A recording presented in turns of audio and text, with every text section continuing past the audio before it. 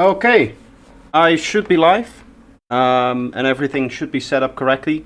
It's been a while since I live streamed, so let me know if you guys can hear me all right and if all of the volumes are okay. Niels, how are you doing? Welcome. Barono, thank you for the $10 tip, and also welcome to the chat. He was here earlier. Malogify, welcome as always. You're always the first one here. As always, this is going to be a feedback stream. We do that every Sunday. I just listen to your tracks and give some comment on that. By the way, the tip doesn't come through like now as a notification, because normally it's supposed to show up a little thing on the screen. So, but because you did it before the stream, it's not going to like show up the donation if it's made outside of the stream. So if you're wondering like why the little text doesn't show, which you normally have on a lot of streams, mine is supposed to be like right around here-ish. That's why.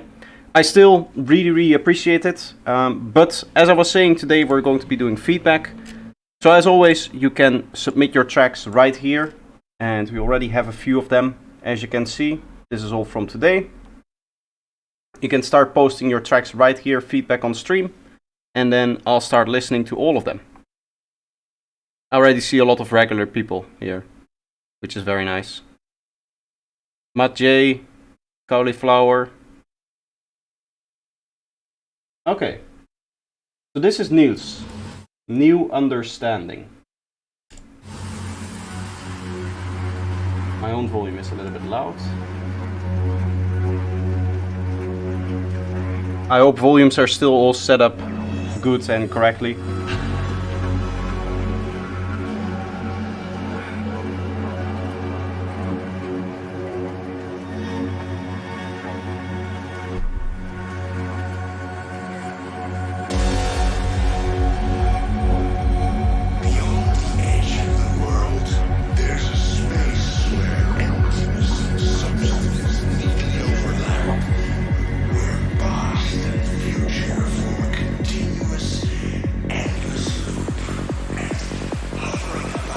Very nice. Signs no one has ever read. Chords no one has ever heard.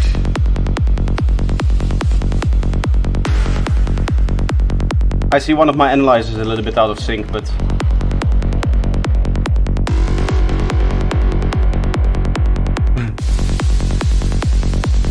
check the kick and bass.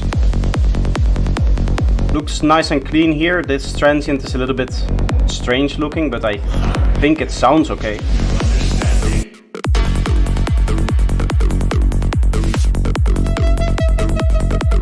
Could maybe have a little bit more attack, that bass line.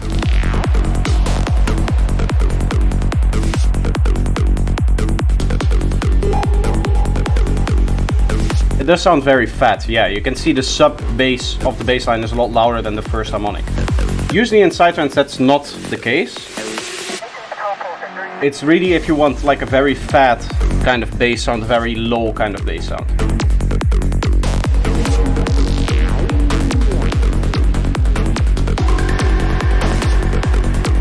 And one of the things I see is that this isn't like mastered, right? Because this isn't full loudness, you can see some weird dynamics and stuff like that.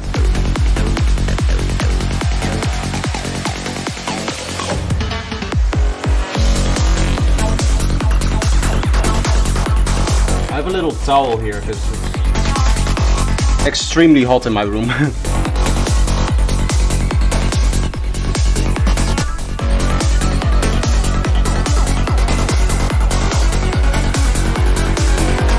Do you hear how in this case the leads and everything is kind of overpowering the kick and bass?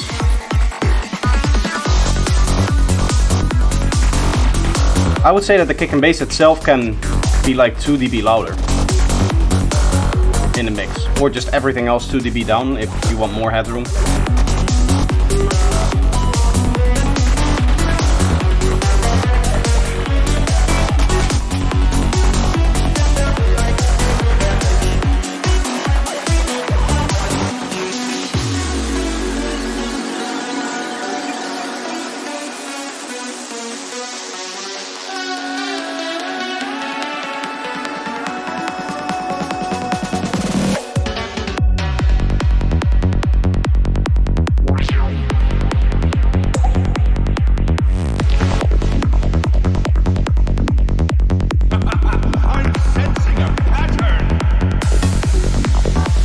I like this.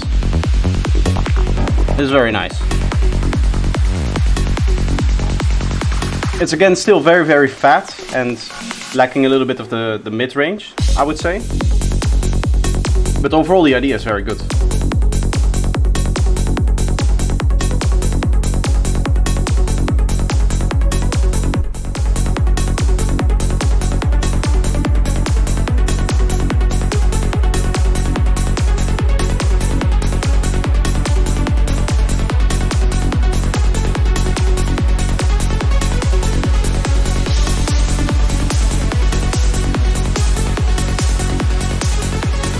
Getting almost some kind of normal trance here at this point.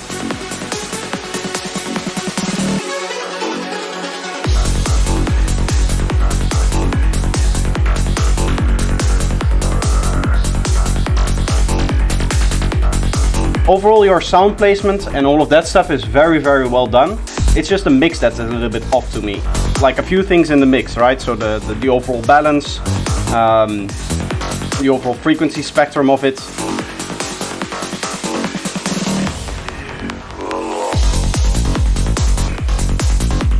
Hello Shadow Eagle, welcome to the stream.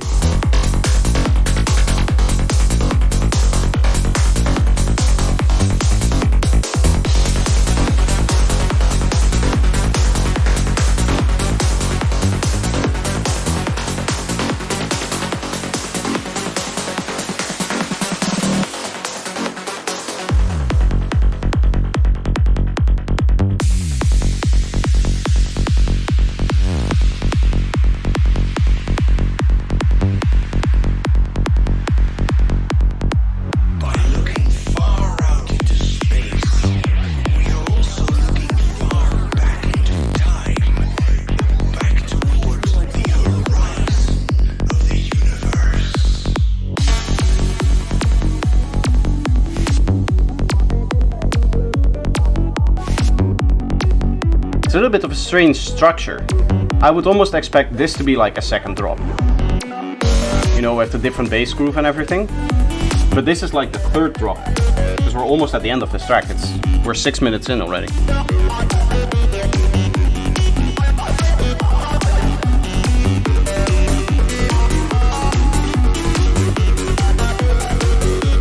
Hello side.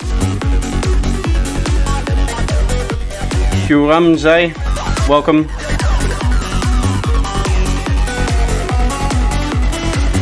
There's a few synths in here that, mainly that Vauli synth that is, I think, fully mono. I don't like that. I do like using the stereo field with my synths.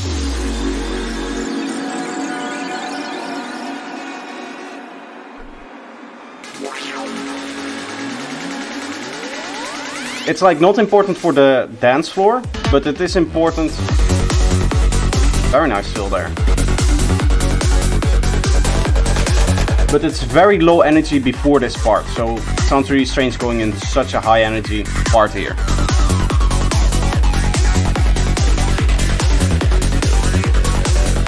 No, it's not the whole track that is mono. You can see the stereo field is here. There's just like individual leads and synths. Like this is okay.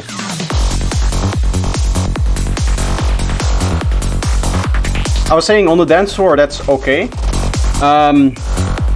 but when people are listening for their tracks to play in a set, they usually listen on stereo. So it's actually very important to have a good stereo fundamental to get your tracks played. Because if a DJ is looking for new tracks to play, he's going to listen on the stereo system, most likely. He's going to judge the mix there, and then he will play it like in a set. And if then in this set it also works, then he'll keep it in his track list, right? Overall, very nice production. There's a lot of mixing things still to consider. Might be a good option to, you know, have somebody else look at it at some point. Like hire somebody to do the mixing and mastering while you do the production. Or maybe if you have some connections, you can get it done for without like literally hiring somebody. Next track. Yeah, that's really everything I had to say. Gonna Got an old one, redid the kick and bass recently. Actually, if I think about it. Okay, so I have 2 tracks here from King Thin, who is half deaf on one ear, but he makes crazy music nonetheless.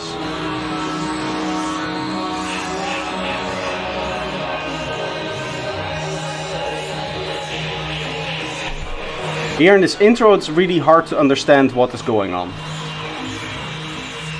I would say, in terms of like sound design. It's cool, it sounds creative, but I feel like there's some vocal in there which I cannot understand.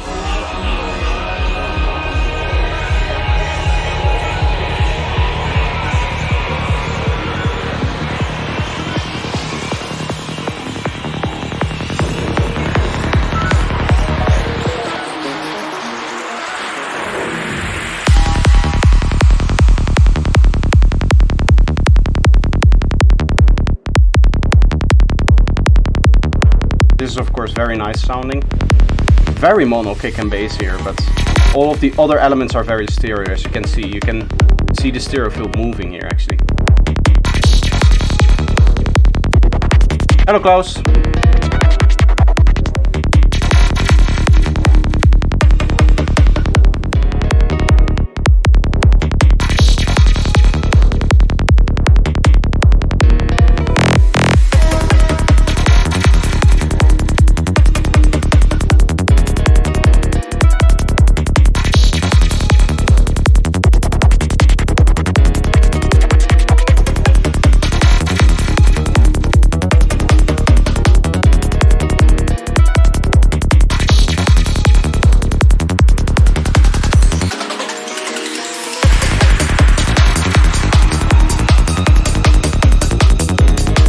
You mentioned that this was an old track. I don't know how old it was, but it sounds a little bit basic in comparison with the other things that I've heard from you. Right? That's to say, I'm used to you making a lot more complex sound design and stuff like that, I would say. Isn't the fan working now? I haven't turned on the fan because I don't want it to wave.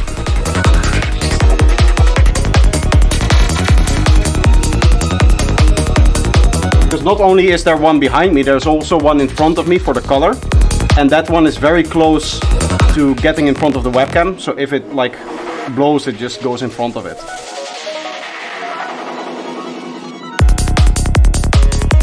I'm like encased in gloss and stuff like that here.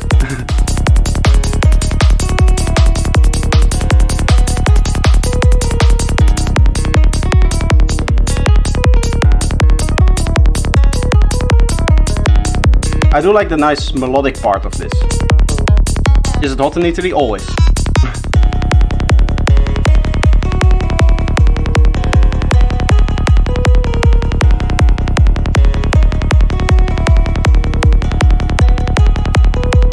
Which city do I live in? Cremona. Small city just under Milan.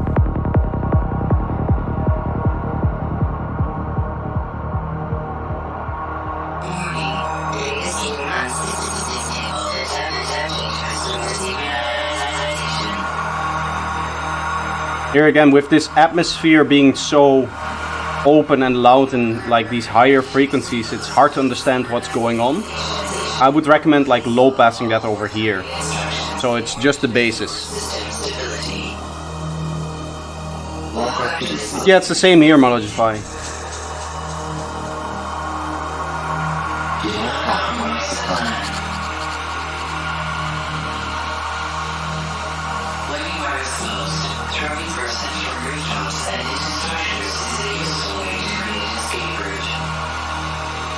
See, now you cannot hear what the vocal is saying. If you low pass this pad, then the vocal can stand out in the higher frequencies.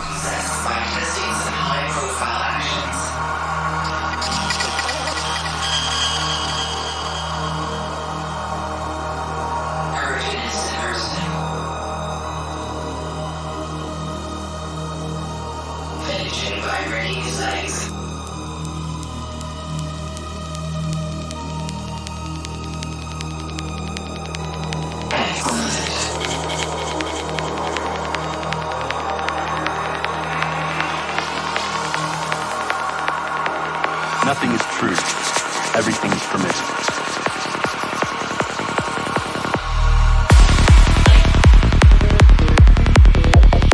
It's also a very long break, thinking back about it.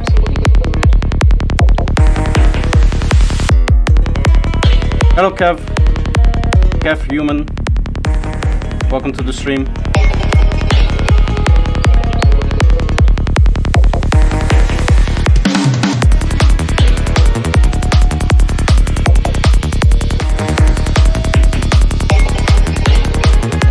Oh.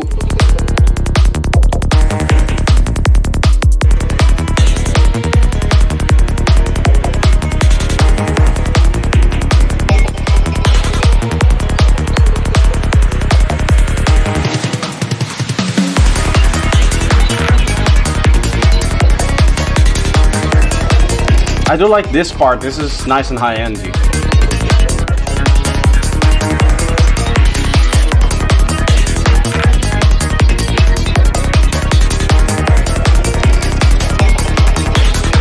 Hello Kenton. Yeah, we just got started, there's a few detail things. But as always, it's a very, very solid production.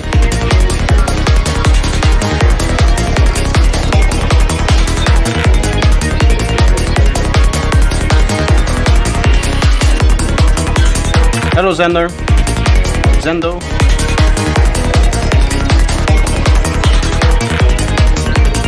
Here it's a little bit busy, it's hard to understand like what I'm supposed to listen to.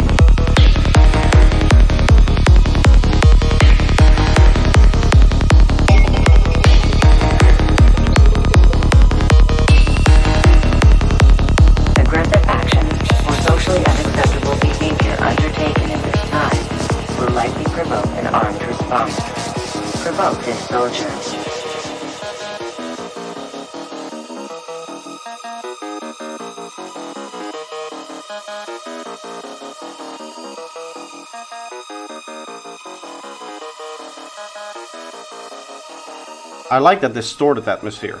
That's really cool.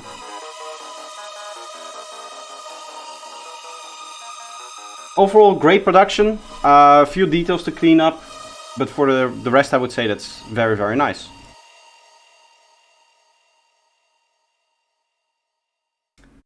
While we're all here, I wanted to show you guys this. I am running a sale on my Gumroad with 30% off for the next 3 weeks. So up until the 24th, then it will immediately shut off the day it becomes the 24th, I think. And up until that point, all of my products are just 30% off if you use the code SummerSale23. I think I'll just do this every year, like a summer sale and a few sales throughout the year, stuff like that. It's just nice to give people an opportunity to get, you know, my products a little bit off. So yeah, just quickly wanted to tell that it's starting today, and obviously I'm going to mention it a little bit more in like the videos and the other streams as well. But now you know that if you've ever wanted to buy some of my products or my products that have been maybe a little bit expensive, maybe you've been looking at the masterclass or something like that, now is the time to do so, because you just get 30% off. So yeah, with that out of the way, let's get back into the next track. This is also Kingpin. This is his second submission for today.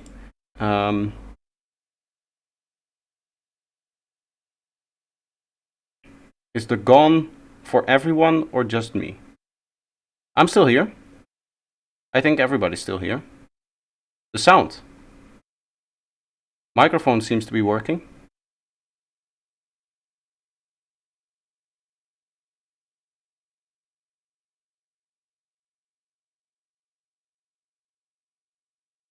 Okay. Yeah, that's strange. I wouldn't have wanted to sit here for, I don't know, the last 20 minutes and not be able to you guys, or not be able to, you know, talk to you guys and you be able to hear me. Anyway, next track. You Are a Toy, Harry, E148.8.68. E148.68. Is that the BPM? 148.68. What's the... If that's the BPM, what's the point of a BPM with a decimal? Are you just trying to annoy DJs at this point, or is there like an actual thing to it? Anyway, let's hear. Maybe we hear the point that it has. I protect the galaxy from the threat of invasion from the evil Emperor's Earth, sworn enemy of the Galactic Alliance.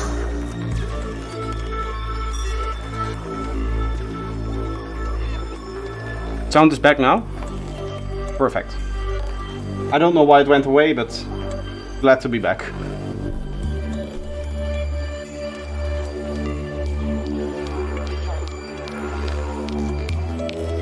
Yeah, I think you guys would have told me if I was sitting here muted for 26 minutes. Buzz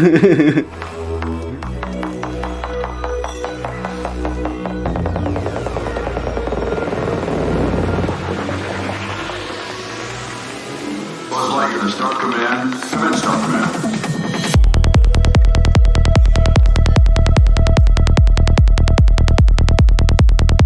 A little bit strange sounding bass line, like metallic. It is nice and clean though, I like that. Yeah, I guess here you can see like a dip in the spectrum maybe. I would personally go down on like 500, 600 Hertz and go up a little bit more around the 250 area. To a different device. The Bluetooth. Nice. Hello, Cider. I'll check your message.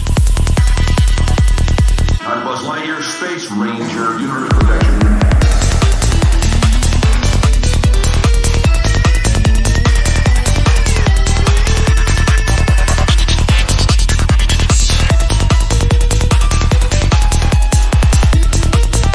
Okay, I see.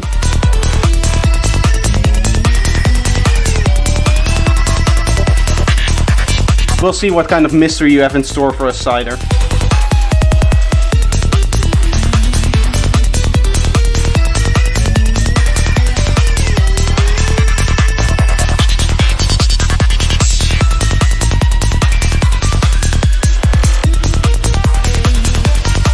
I really like this. It's very clear what you want us to listen to.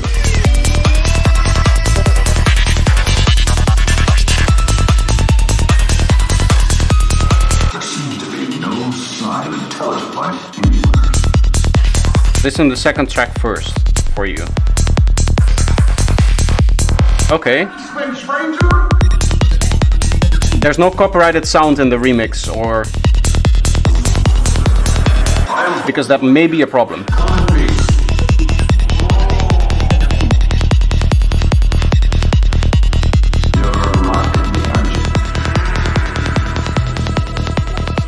Overall, very good production so far. Don't want to be in the way when my laser goes off. Be careful with that. It's extremely dangerous. I like the vocal mixing as well. It's a remix of your own track. Okay, okay. Destroy Buzz Lightyear.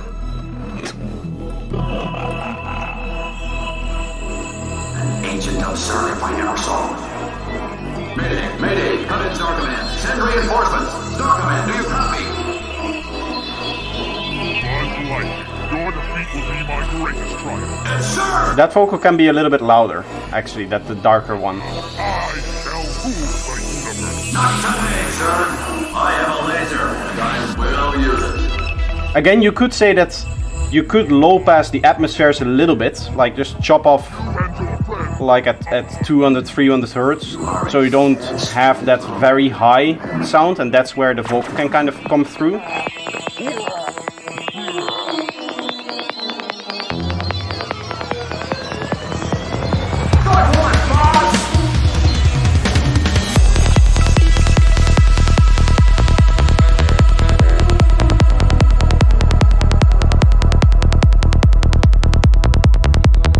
I think one of the things that I wanted to say earlier about the bass line is that it's completely mono, and I'm not a fan of completely mono bass lines. I like a little bit of stereo processing.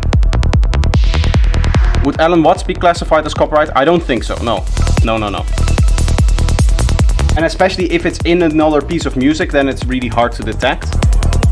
With remixes in particular, the vocals from the original track usually get detected, right? If you have singing vocals, something like that.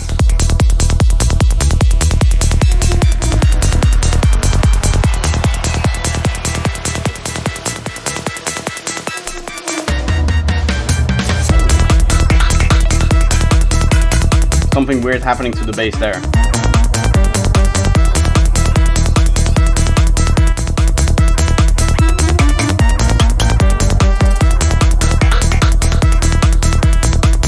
Cerebrum, welcome by the way. First message in the chat. I do see that you already submitted, but that's okay.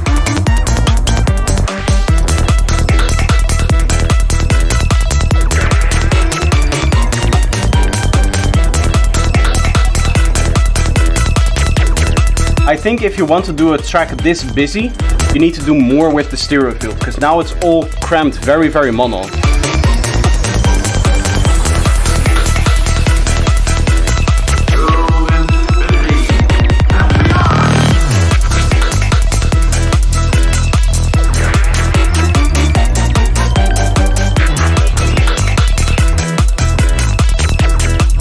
Nice switch up of the bass line here, I like it.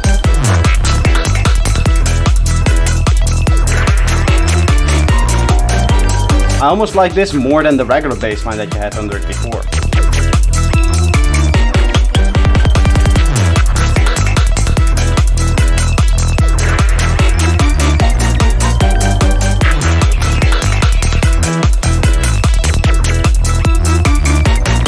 Cybernetic, how are you doing? It's always a little bit of time trying to figure out your name, but I do see it now.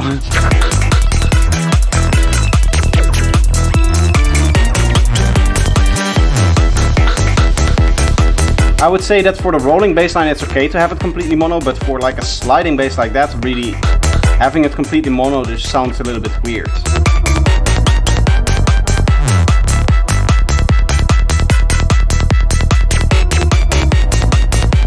But overall, like, apart from the stereo things that I've been pointing out and maybe a few of the balance and fullness things, the mix is very well done, also in terms of frequency balance and stuff like that. Very well done. Ares, how are you doing? Welcome to the stream.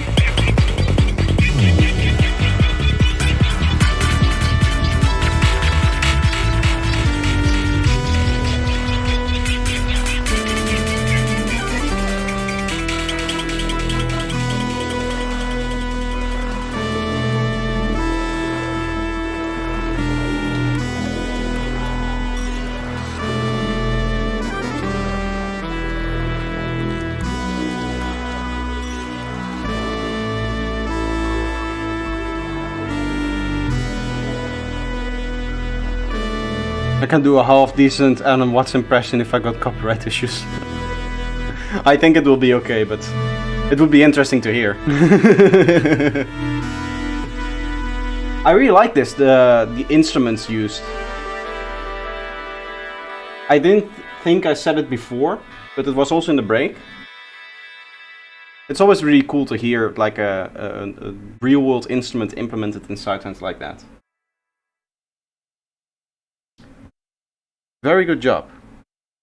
What do we have? Why are all of the names cut off? Do you guys see this?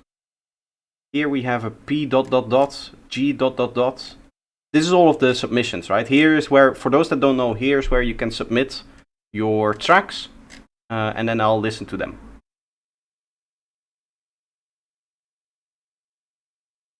I'm waiting for you, Mega Drum Sample Pack. How is it going?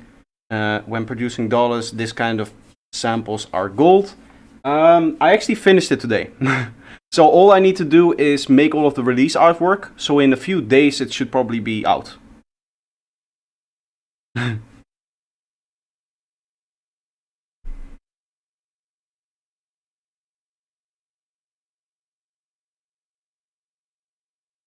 Yeah, the names are shortened in Discord. It just makes a P dot dot dot G dot dot dot. I see it all the time, and I don't know why.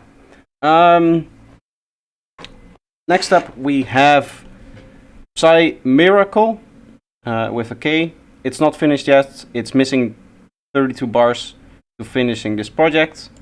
Either way, this is called Twisted Dialogue, and you send me a private track with the public link. That doesn't work. What you need to do is, if you want to send me a private track, is send me something like this, where the link is very, very long, right? And the way that you do that is you go to one of your tracks. New EP is out, by the way, for those that don't know. Dropped earlier this week. Actually last week, 12 days ago already. If you want to do that for a private track, you just go to share here, and then you will be able to share it. It gives you this extra bit at the end that it needs to be able to share private tracks.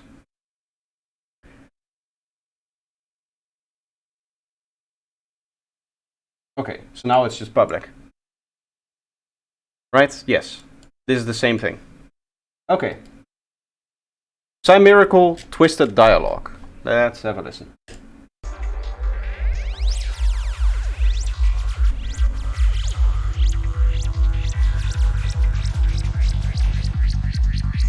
Personally, I'm not a fan of going straight into the kick and bass. I know it's filtered, but in the intro I'd like a 16-bar intro and then going into kick and bass. Because now it's immediately from the start very busy and energetic. Also very loud.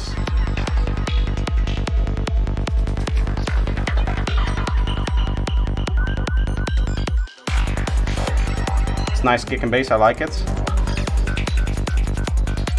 I meant to say that the intro is very loud, not the whole track. The track obviously is not mastered yet, so the rest would be a lot louder. But now your intro is basically as loud as your drop, and that means that your drop itself does not have any punch to it. Typicus, how are you doing?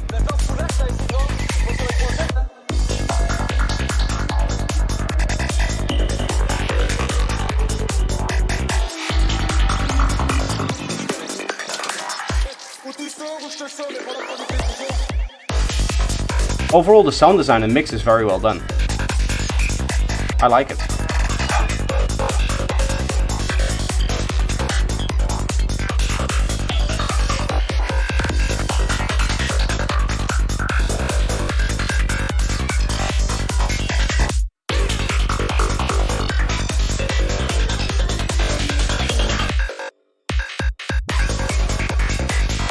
I like that little fill there. That's something I talked about in my high-tech tutorial. I know this isn't high-tech, but you could apply the same theory to all of these synths, I guess.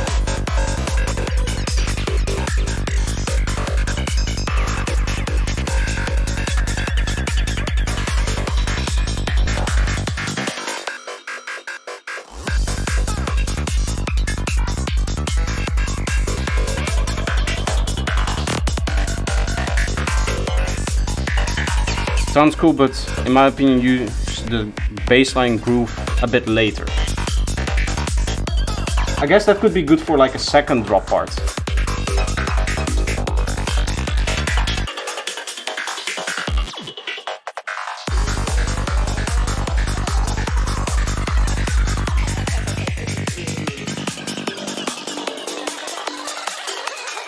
Here it's gone again, so it does give a little bit of space away from that groove again.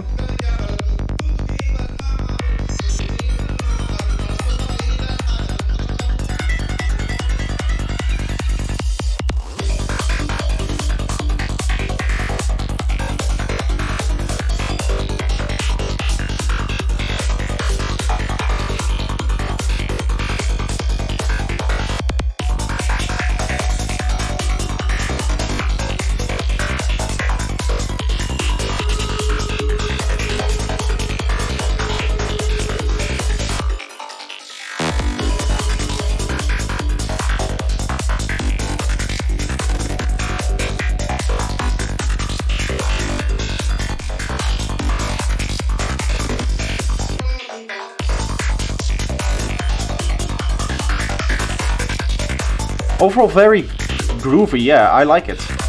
It's the one thing that I wanted to say is that there's not a lot of distinction. You had a few parts where it's like really distinct, and then the parts where you have main leads are always like the same main leads.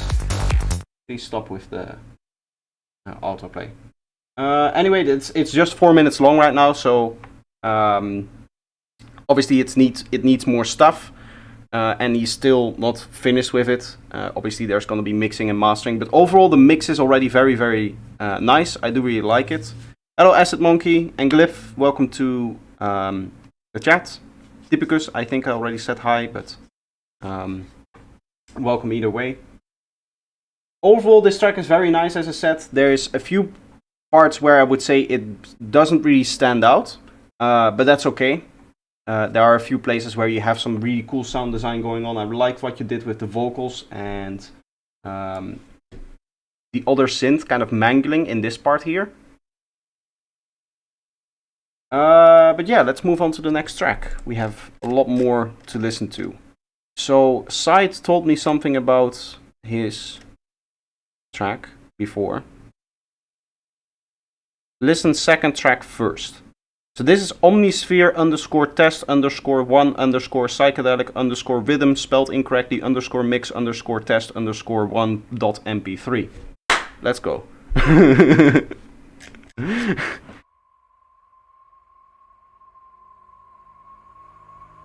I assume that there's some kind of Omnisphere being used for this sound design here, yeah.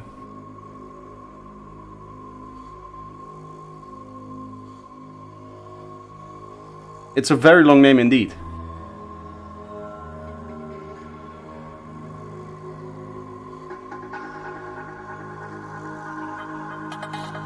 So I assume that this is the original and then the second one is the idea that you're turning it into.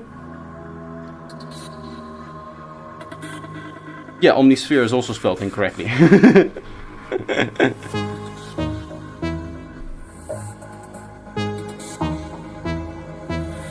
Your new track has a name.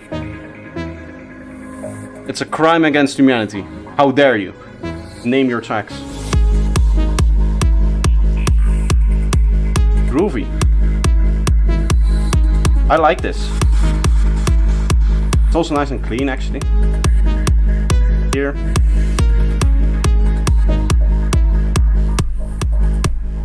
I'd love to hear a nice like sloppy house clap on top of this. Right about now.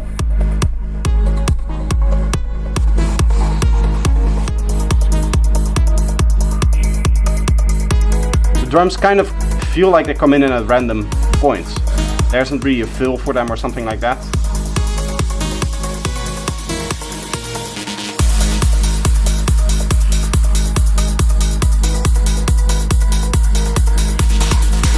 I do think this track is mixed a little bit bright.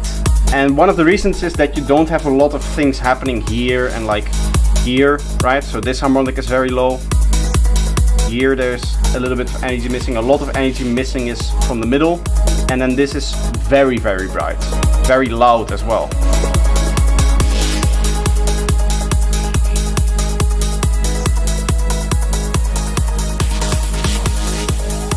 Yeah, there's no fills, there's no transitions, stuff like that.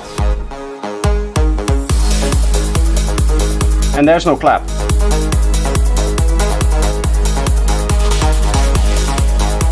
Also, you're just piling elements on top of elements at this point.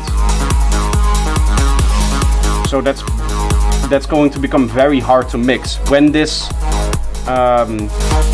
what's it called? When this gets into mixing, or when this acid line comes in, that's what I wanted to say. When this acid line comes in, what you could do is drop out all of the other elements so that your acid line now takes over as the main element. And you're not just like stacking more and more elements on top of each other, just creating a bigger like sound. It may sound good bigger, but it just becomes infinitely harder to mix all of the elements and have every element stand out and give it a lot of power. Overall, very, very nice track. I assume that right now we're going to be listening to the remix. I don't know if this is like a complete redo with like a different kick and bass. I do really like the kick and bass from the old one, so I'm hoping that the old kick and bass is still in there.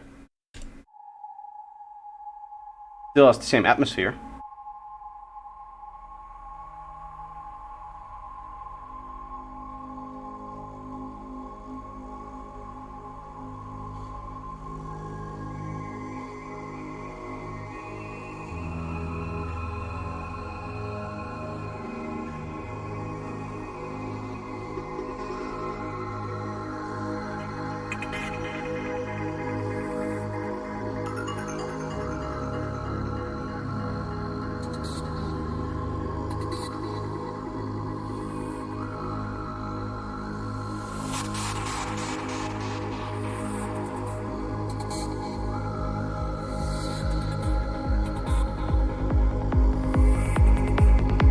Okay, so normal rolling kick and bass then.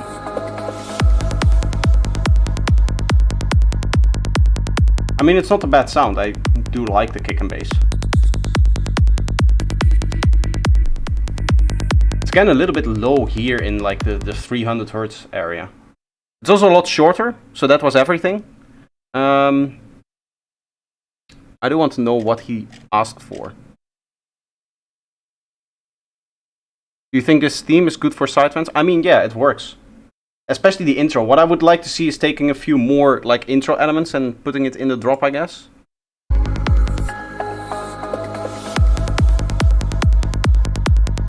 Does that make sense what I'm saying? Let's see. Okay, so there's one. I guess two. Yeah, but the rest of the track, I mean, isn't there yet, so it's really hard to judge that.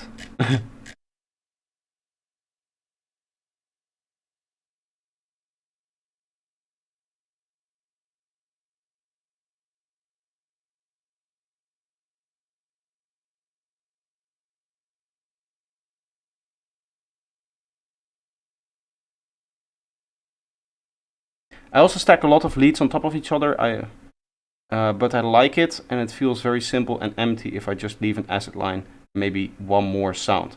That's where you use the one-shots.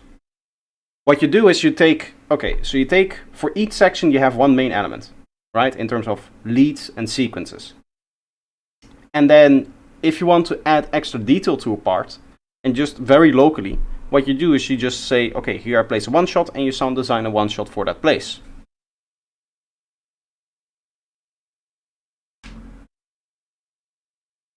You can submit MP3. If you convert it to a WAV, it's still going to hold MP3 quality if you have an MP3 that you convert into a WAV. So at that point, just send me the MP3.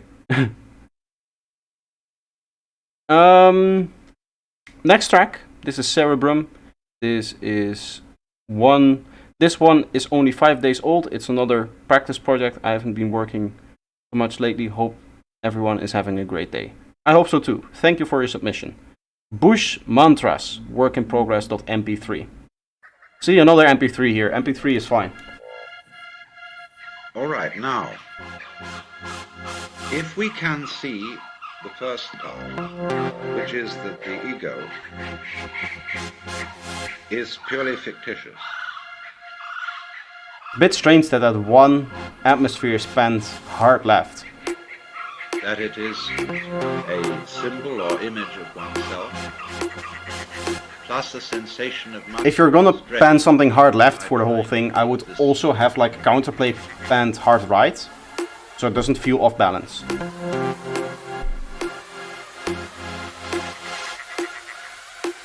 The ego is purely fictitious. Is purely fictitious. Is purely fictitious.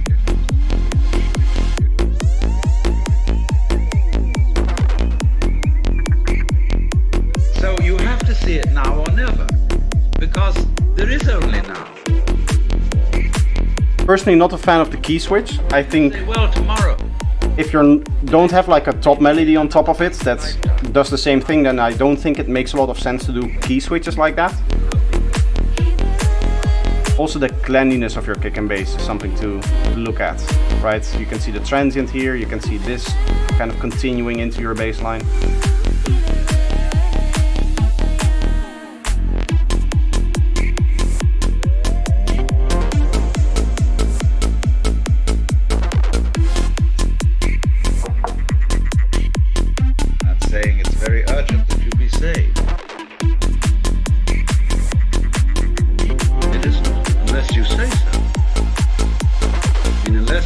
I am a fan of your sample selection with the like lush clap.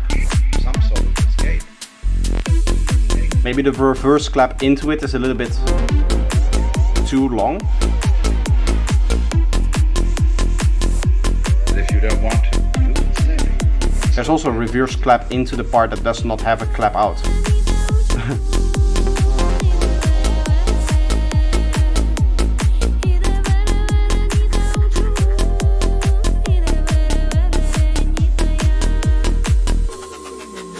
So,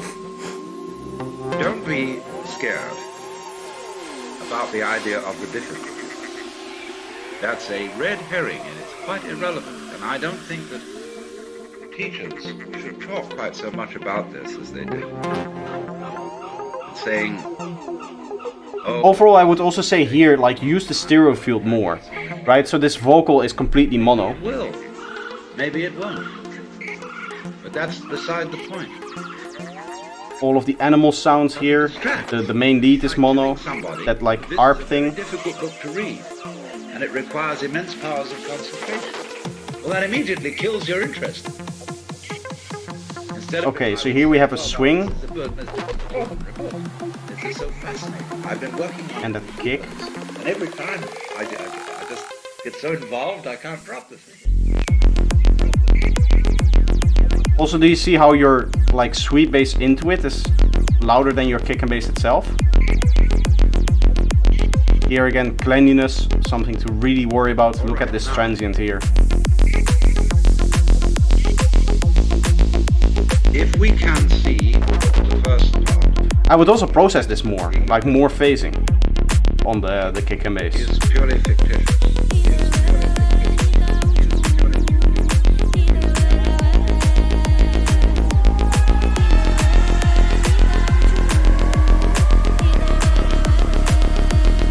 Gonna be honest, I'm not a fan of the clap when the other drums aren't playing. I like it here. Or image of oneself, plus the sensation of muscular strain occasioned by trying to make this simple and effective.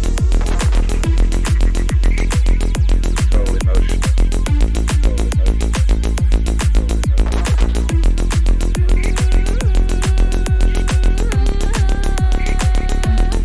Concentrate. Then immediately it is clear that what we have called ourselves, what we have thought of as ourselves, isn't able to do anything at all.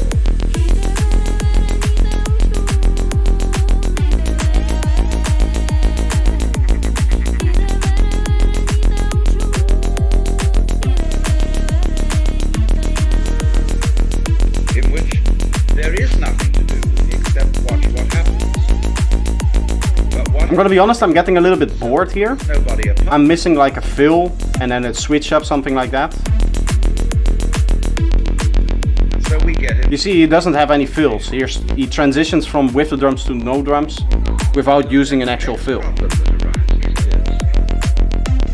Well, what about all the other illusions? What about all the other illusions? It says it's invalid code.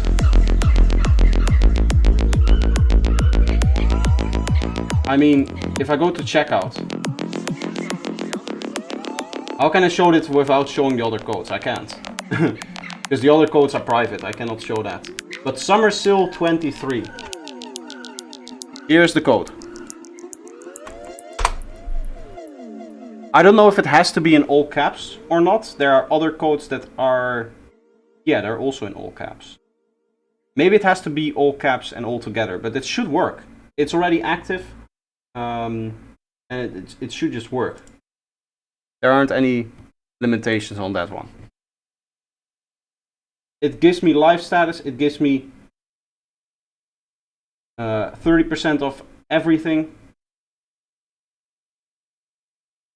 Set a minimum quantity, set a validity period. I mean, it's in the validity period.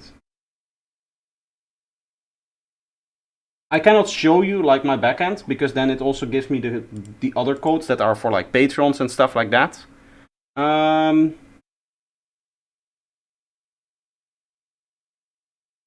Check out.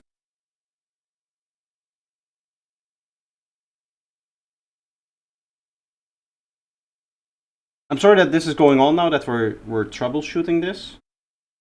But obviously I want the sale to work. I did really like the track. It's a very good track.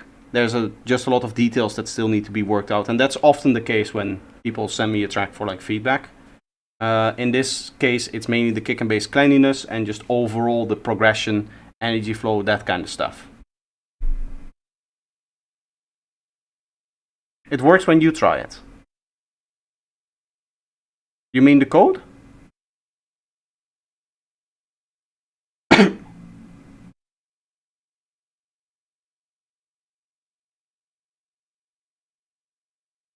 I don't think it's even like time zone dependent, because I set it as a start date of 1 a.m.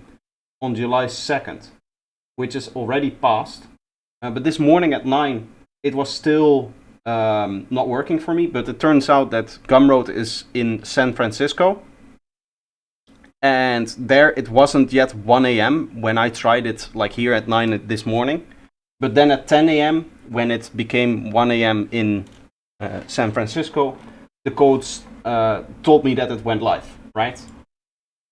So it gives me the status. Again, I cannot show it because then I show other discount codes and there are some background ones, and like one is 100% off for particular deals with particular people, so I cannot show that actually. Either way, let's listen to the next track. Here, it applied the code when I tried, it's valid. Okay. Very strange. Maybe if you still have issues, Jovan, try messaging me after the stream on my Discord. That way we can figure this out more if there's still the same issues. Anyway, Saiger told me that this is a very early stage track, no mixing, no mastering, nothing like that. And he has a lot of different lead ideas. And he just wants me to listen to one of the two at random. So I'm going to coin flip. I think if I Google coin flip, it will automatically work. First is heads, so we're going with the first. I didn't cheat. This is EDM Goa by Psyder.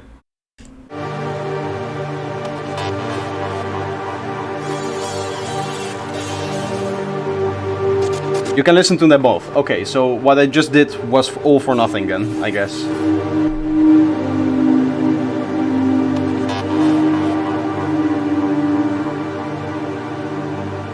Because then we'll just listen to both of them.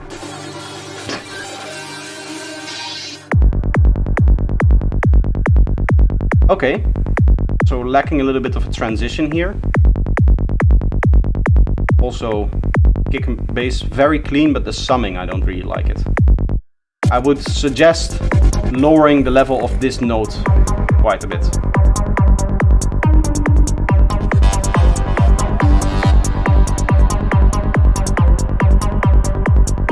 It now sounds like the first note of the bass is the loudest. It says invalid code for projector Wavetail Pack Volume 1.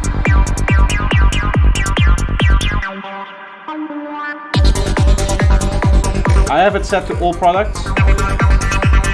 I will just manually add all products to it, I guess.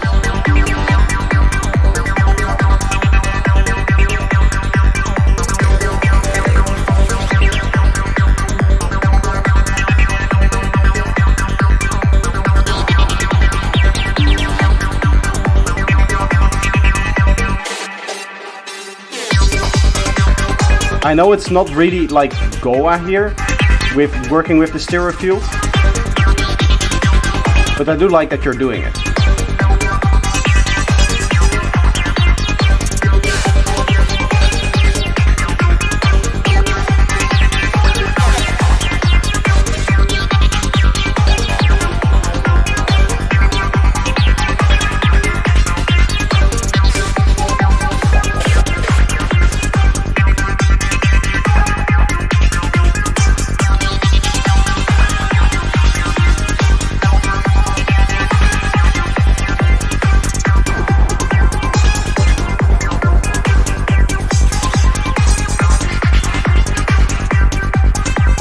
Hello Andre, welcome back. You should have one basket at the time. Ah, okay. You have more than one product, but it doesn't work. It doesn't work with more than one product? I haven't set any limitation on it whatsoever. Maybe you have to do it per product, but that's really strange, if that was the case.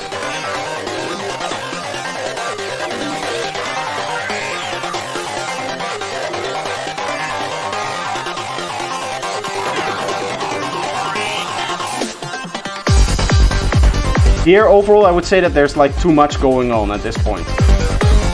It's hard to concentrate on, or it's hard to tell what you want me to listen to.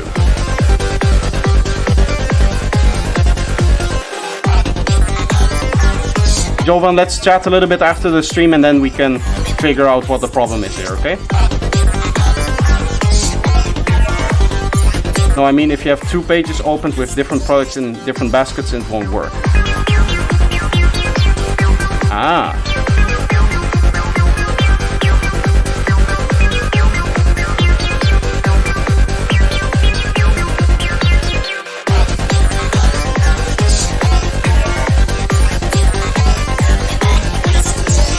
I think overall it's too busy, and one of the things that this means is that you cannot really hear the drums, right? So the hi-hats and the snares and all of that stuff isn't really there.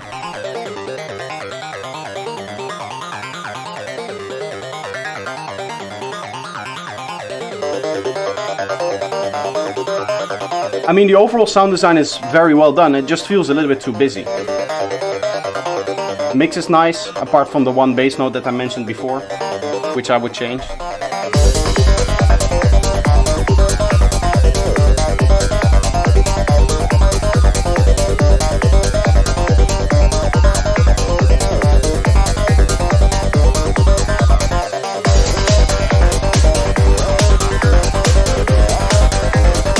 Is it possible to send you so you can see? Yes. Exclamation point feedback will get you into my Discord server. And then you join here, scroll down into the queue, and then just post your track here, and once we've listened to all of the other ones, we'll get to it.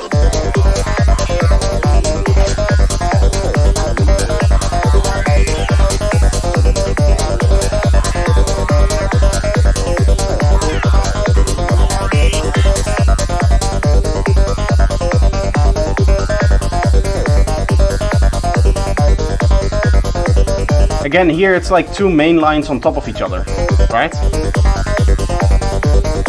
Do you hear how it's like 2 similar, very similar asset lines on top of each other?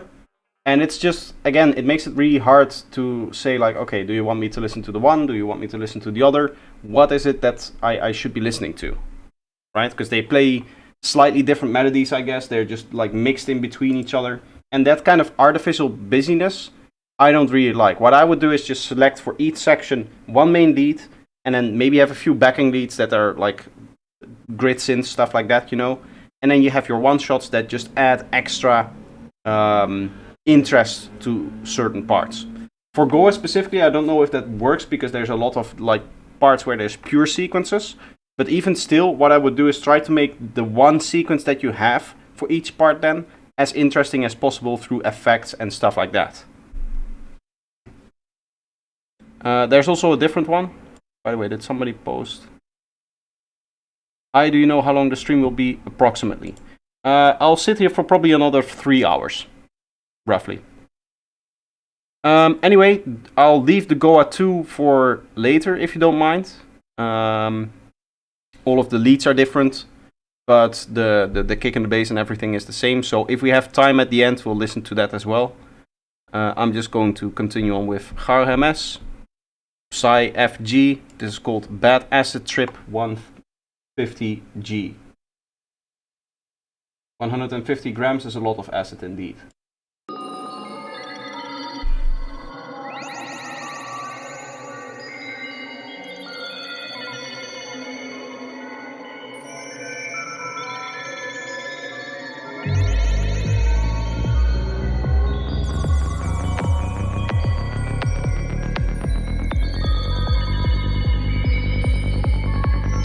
Very strange way that the kick just kind of doubled there.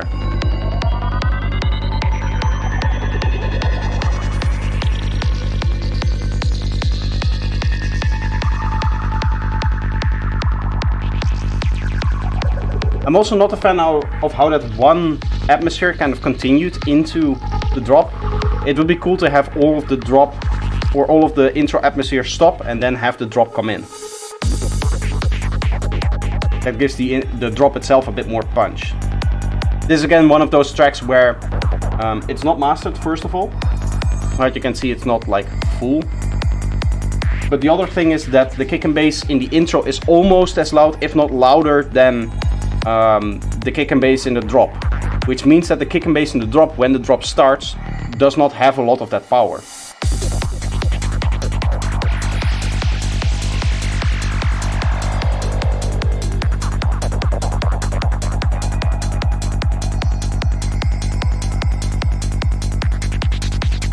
Overall, the sound design is very, very good though. For those that don't know, for those that are new here and it's the first time seeing the feedback stream, what I do on this channel is I only point out like things I would change or things that are negative about the track, because if I say all of the positive things and all of the things that I like, I would be talking constantly and you guys wouldn't be able to hear the track. So I'm not trying to be like negative and only say, oh, this is bad, this is bad. I try to talk the least amount possible with, while still giving enough information that you can actually work with it.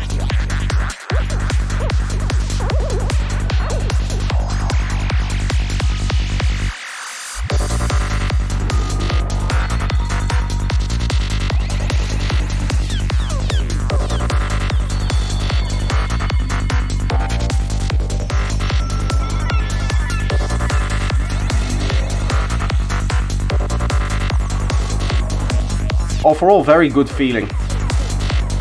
I like that we are transitioned into a more kind of like gritty metallic sound from before. And here again we have another clear, different main lead. That's really nice.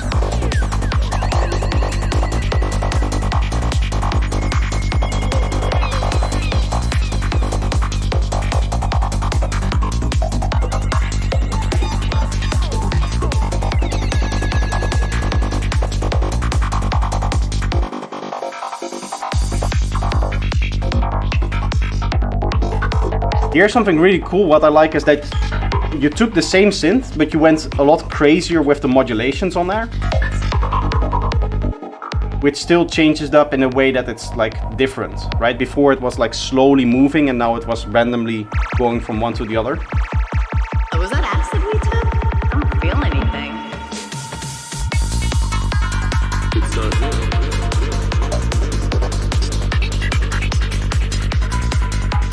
Overall nice vocal mix.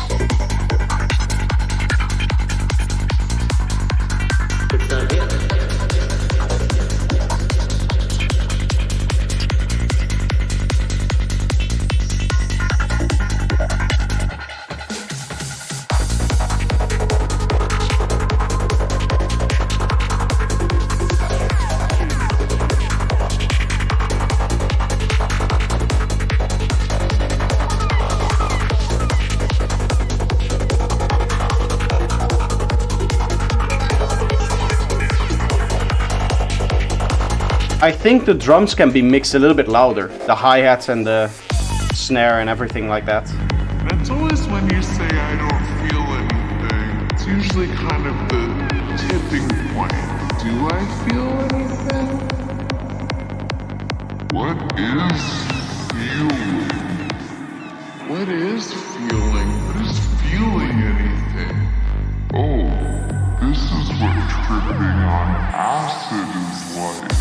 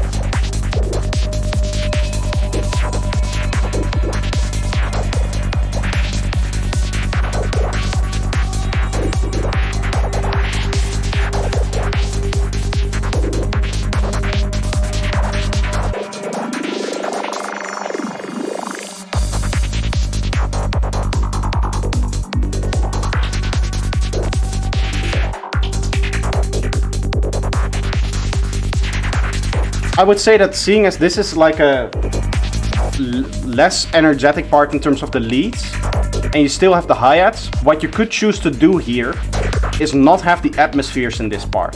so that you don't have the effect of the slowness of like the atmospheres as well, right? This is clearly meant to be like lower energy, so here it fits. This is also offbeat, so... In fact, now the track is finished. But there before, that was a prime example of where you can leave out some elements to increase the energy level overall.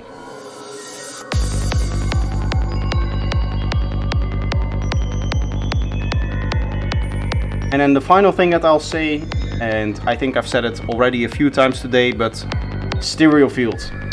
It's very powerful. It's one of the 3 ways that you separate your elements. So I would recommend that you would use that. So for example, these bells here, they're a prime example of something that should just be in the stereo field, not mono like this. This should be panning around you and working working throughout the whole stereo field, right? So you can have ping pong delay, you can stereoize it before it goes into the delay. You can take the whole thing and just stereoize the whole thing so that you have a stereo delay, right? Instead of a delay that is ping ponging, you just take the delay and just make the delay itself wide by just widening it with a stereo widener. Another thing that I quickly want to show here, let's make a new track. I have in my delays Echo Boy Jr. And Echo Boy Jr. by default has the wide preset. So this is the delay, right? So you set up your delay however you want, 1/8 dotted, whatever. Nice long feedback, right? 90%, whatever. And then this has the wide, so that it doesn't pan it. It's not your ping pong. What it does is it takes normal delay, right? Imagine this is a normal delay. And then we set it to fully wet, right? So then we have our dry chain here, and then this will be a little bit quieter, because obviously we don't want it to be 50-50 in terms of wet. And then what you do is, essentially what this does is it takes that normal delay and just adds a stereo spreader, right, onto it. So the delay itself, even though it's not ping pong, it is very wide. Yeah, you can use wider by Infected Mushroom. That's a good one. I obviously use the Melda suite. There's all other tools that I have. You can see a whole list of stereo processors that I have. Dimension Expander, this is free. This used to be free at some point. I have a Haas effect. I have an overall like stereo width amount. So if something is mono, this doesn't make it stereo. There's another few ones that do make it stereo. So the stereo generator, the stereo spread.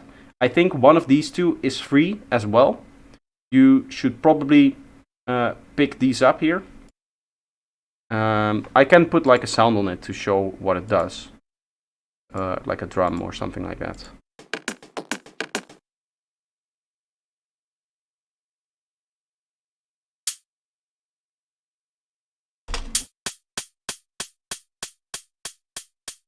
So that's the normal delay. Now let's do the wide delay.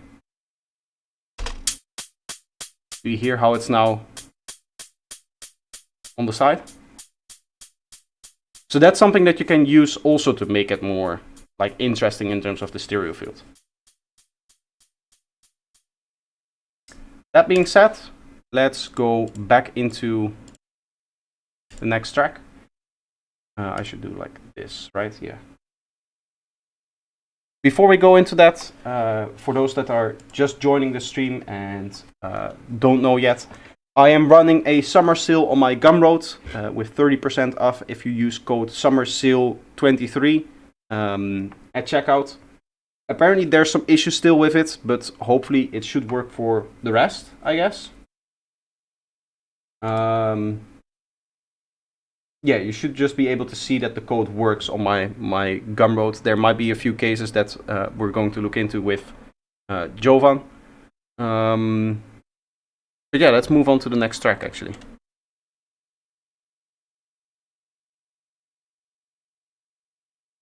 Psy Miracle, this is the one that you submitted before, I think. Right? Yeah.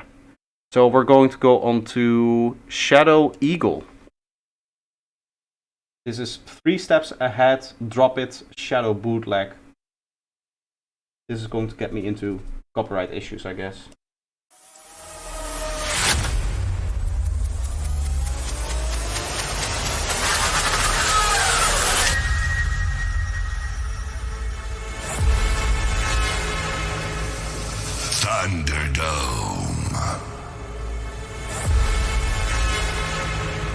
the first Hardstyle. decade.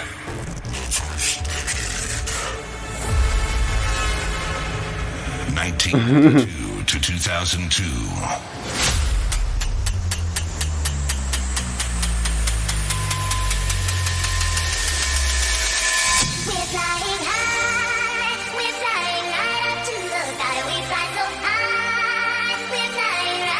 Well, there is going to be copyright on this kind of thing.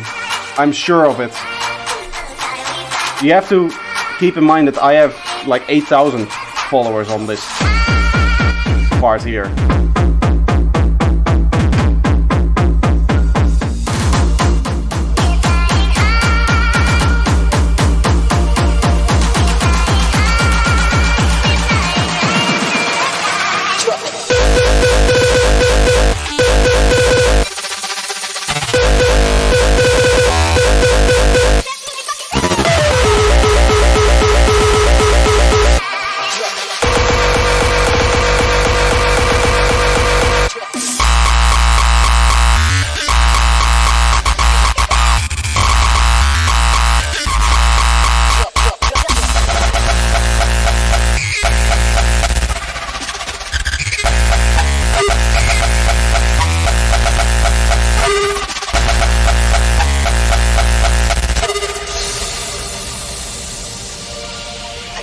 There's a lot happening, but not like enough to dance to.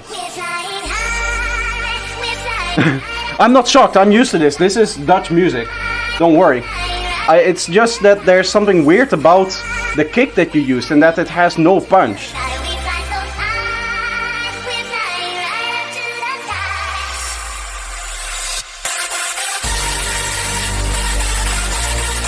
Here the stereo field, you're using it too much. You can see that this is overly stereo. Also, your kicks were completely mono. I don't like that, especially the mid-range for a hardstyle kick or any kind of aggressive distorted kick just needs to be using the whole stereo field, right? Make it sound as loud as it can be.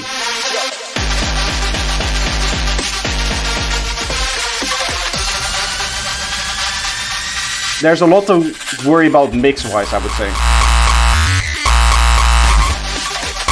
I know this is like a Zaag kick, but I'm not a fan. It just has no punch whatsoever.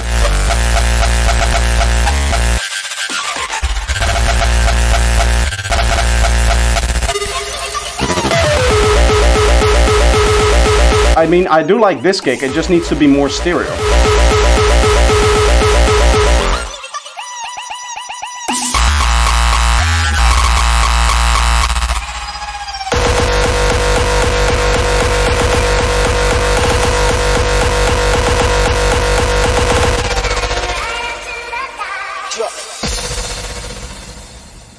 I do agree it might be rhetorical, but for an actual like hardstyle track, it's not distorted enough and not clipped enough, right?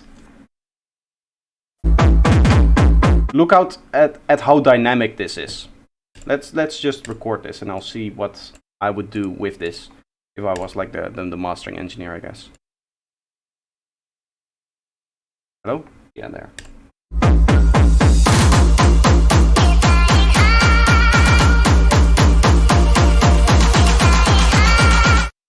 So take this, right? Look at how dynamic this is. Please stop being annoying like that. Look at how dynamic this is in terms of the full scale volume, right? Like, it's never touching 0 dB. If I was the mastering engineer here and I know that this is the kind of style that you're going for, then I would not even think about it. I would just go, okay, clipper, let's do some oversampling to keep it nice and smooth. Clip at the seeding. We'll set the seeding a little bit lower, like minus 0.5. But then at that point, it's just like, okay, how do I mean, I can get another 6 dB out of this, right? Without it really sounding distorted. In the sense that it's a bad distortion. Obviously, this sounds distorted because it is, but yeah. I can get another 6 dB out of this in terms of just like pure loudness.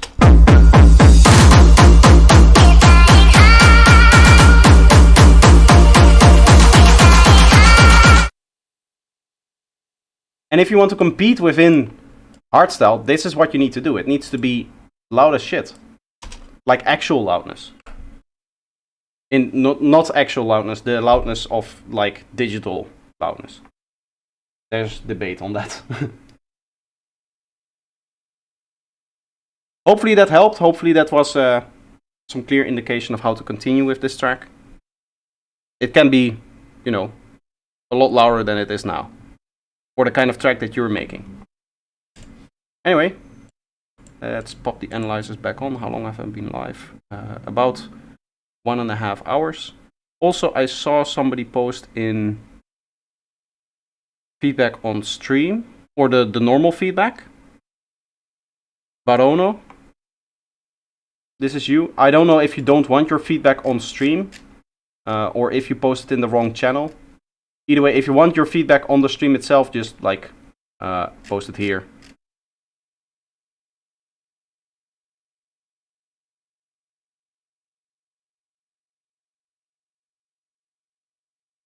Why would you limit Shadow Eagle? Why would you go for a limiter and not a clipper? Because at the end of the day, you're going to push it anyway, right? So you don't really care about the transparency of the limiter because it's distorted all the way.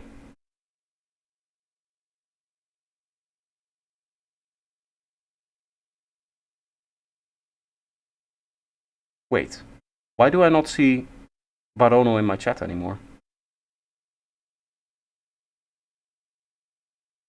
I can see him on the little chat that I have here, this one, but not the normal one. Okay, the way that I'm going to do this now, I go back into feedback. This is at 58. He sent this. So now we are... Okay, we're still earlier. We'll play it before this one, I guess. It doesn't really matter, this is at the same time, but at some point we'll play it, right? I do want to go like in line. Either way, that means that we're now on to... I don't know who this is. This is... It just says D. That name should be longer. But literally, it just cuts off the first streamer mode. Ah, that's streamer mode? Ah! Okay, so this is Deepigus. Why would it? Whatever. Deepigus, let's see. This is the track name. I'm not pronouncing that, I'm sorry.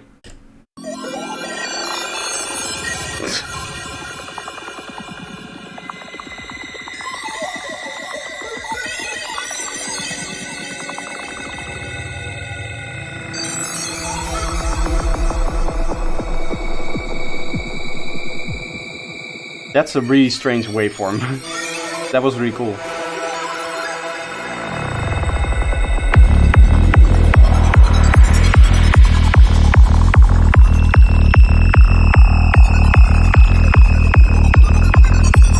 Nice. I like the waviness.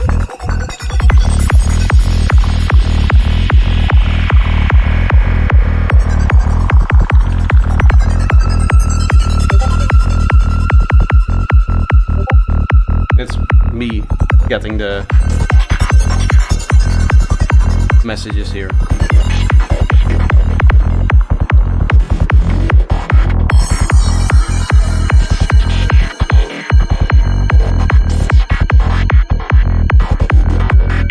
Is that an actual different bass line, or did you just cut up the bass into those small bits there?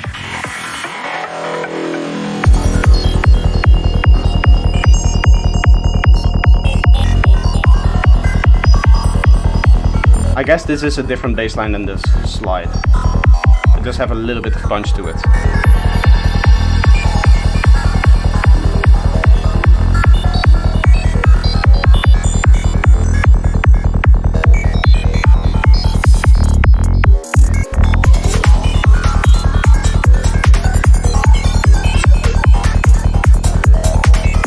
Too different, okay.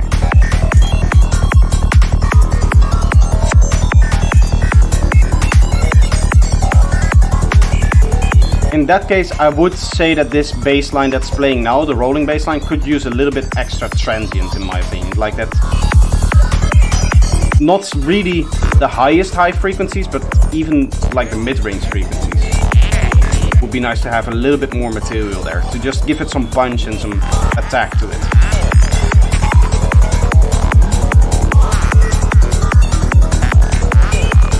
But overall, the mix is very well done.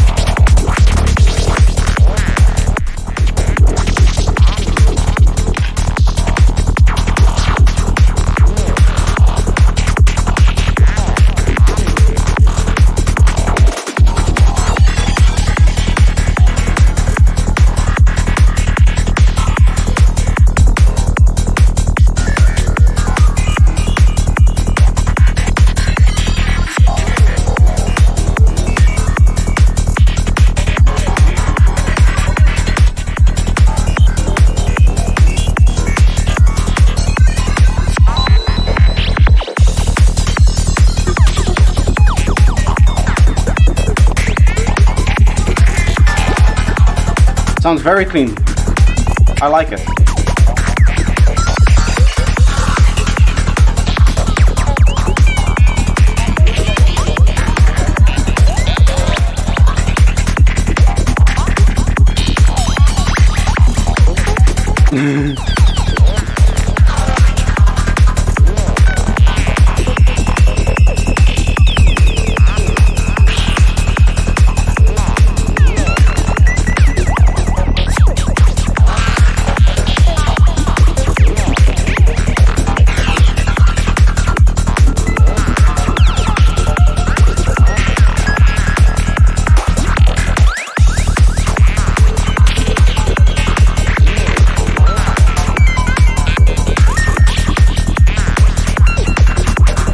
I used to be a farmer.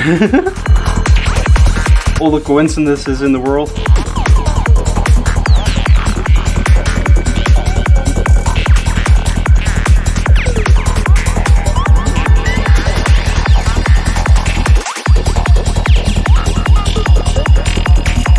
I do feel like at some point it becomes a little bit boring because it's the same. I know, like, sound design wise it's always different, but from like average listener's perspective, they're not able to hear that differences, right? What I would say is that this track at some point needs to just kind of slow down a little bit, maybe go into an atmosphere, a little bit of a different sound, other than just like 60 note sequences with always the same sound design. So I really like what you're doing here. I would personally just switch it up a few times, a little bit more. Not even just like the bass groove. I like what you've done with that, but mainly just, okay, at some point just new leads, right? New like sequences, so that it's, you have your fill and then you just go into something completely different. And that's the point where you can maybe lower some of the drums a little bit in terms of like their overall presence, how many of them are in there, right? So there's a video coming up. I'm talking a lot in terms of energy flow, energy levels, transitions, that kind of stuff. I'm filming a video series on that. So that's the reason why I'm now like fixated on it, I would say. I also see it in my own like production right now. In that the last few weeks, it's something that I've been really looking into, especially the last week ever since I came back from Burning Mountain. Because I've heard how important it is to have your fills in order. It's almost, your fills are almost more important than your lead sounds. And that was like really shocking to me hearing that. But when you're on the dance floor, right, when you're dancing, it's really easy to get lost, I would say, in the beat. I need to change this order like this. Yeah. Now you see the whole thing. Anyway, it's really hard, or it's really easy to get lost in the beat, and the fill just helps you get back into it.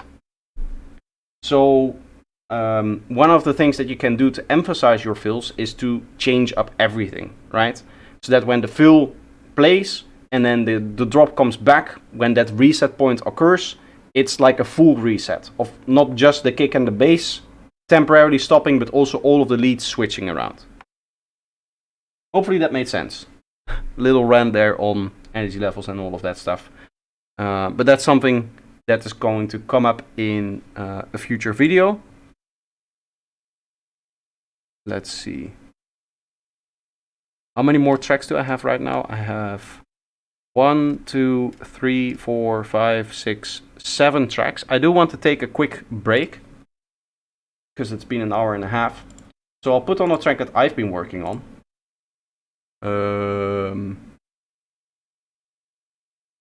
Here. And then you guys get to give me feedback. Isn't that cool?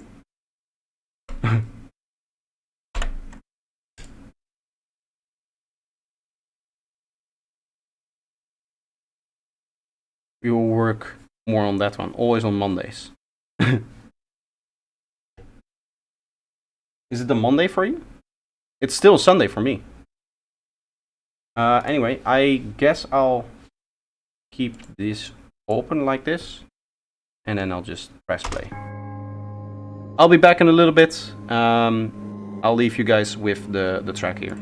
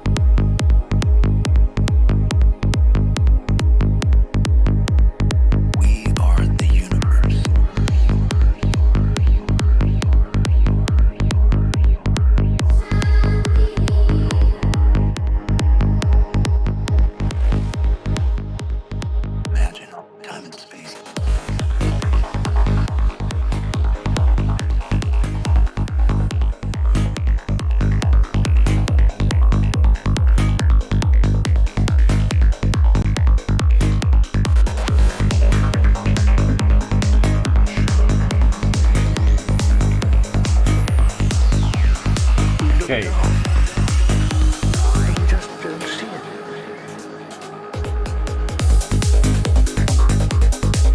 it. Now everything is okay, I guess. Is that projector's track? Yes, indeed.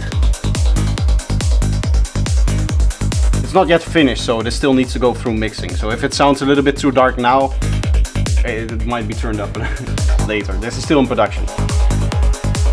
In fact, I'm not even done with the production.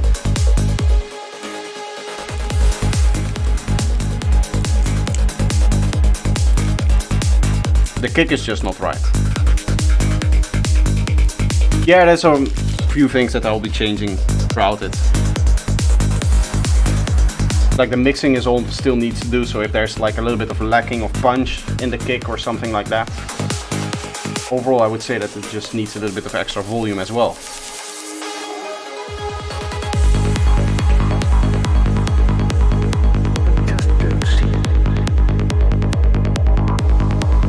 The phasing looked very, very clean to me. The transients here, maybe. Something to investigate for me.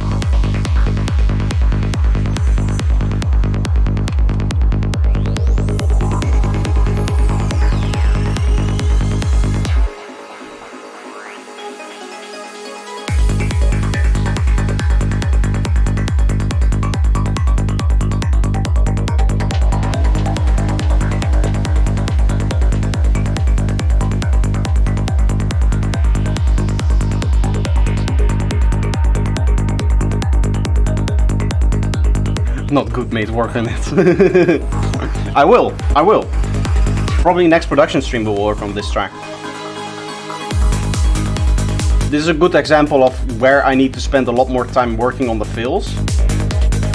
Because right now there's just like nothing happening in there.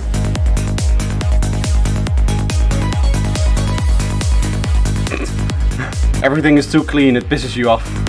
I'm sorry.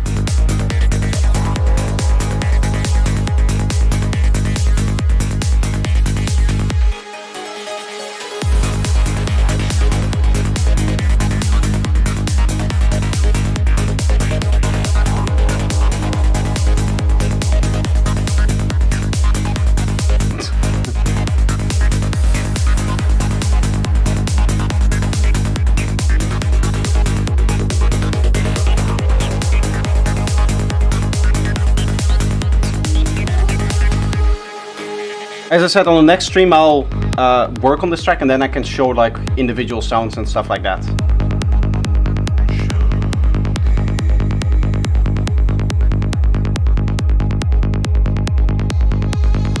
Muted the stream and it played Spotify. Oh.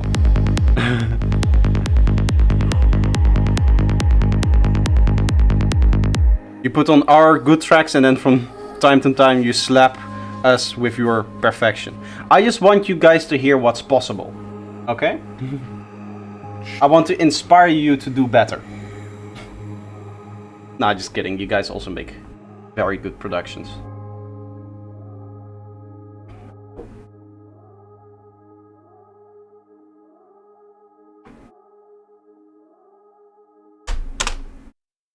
Okay. The next track is RSV 85% ready in writing and then mixing. I have to say that every time I'm here, I enjoy better and better music. Have a nice evening to all. Thank you. So this is Ancient Encounters. It's almost done, so it's 7 minutes long. So it will be a nice journey, hopefully. Encounters that were described as encounters with elves and fairies in the Middle Ages. Encounters that were That shamans to this day describe as encounters with spirits. That Very interesting, unique intro, but very clear. I like it. apply to encounters with so-called extraterrestrials. Do you have a masterclass? Yes, I do. 2 actually. But the second one is considerably better.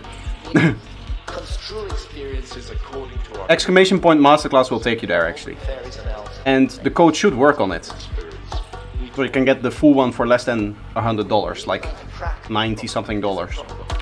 Which includes project files, stems and everything, so you can experiment with the stuff yourself as well. And obviously the videos. Okay, so here the choir isn't in sync with the rest of the track, first of all. Kick and bass is nice and clean, but I don't like this strange transient up here. I don't know what's happening here with the transient. We added like a click or something.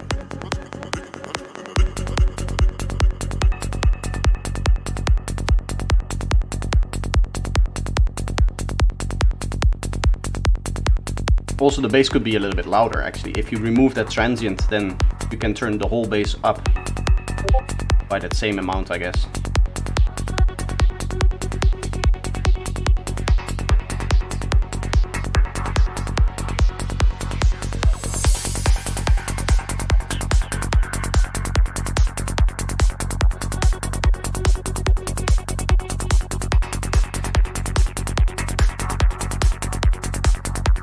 This is the track by R.S. Wu called Ancient Encounters.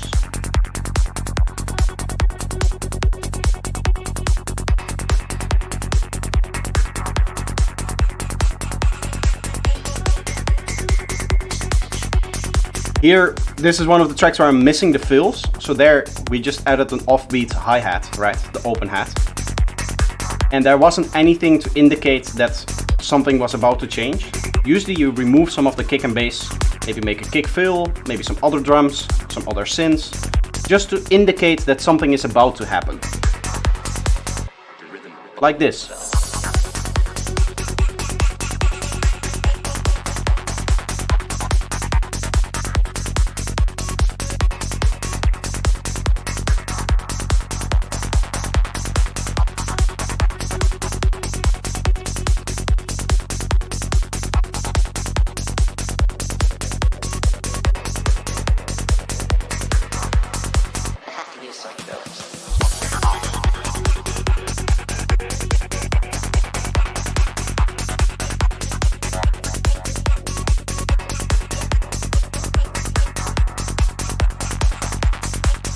Overall, very good with the sound design. I really like it. It's just the structuring a little bit, I would say.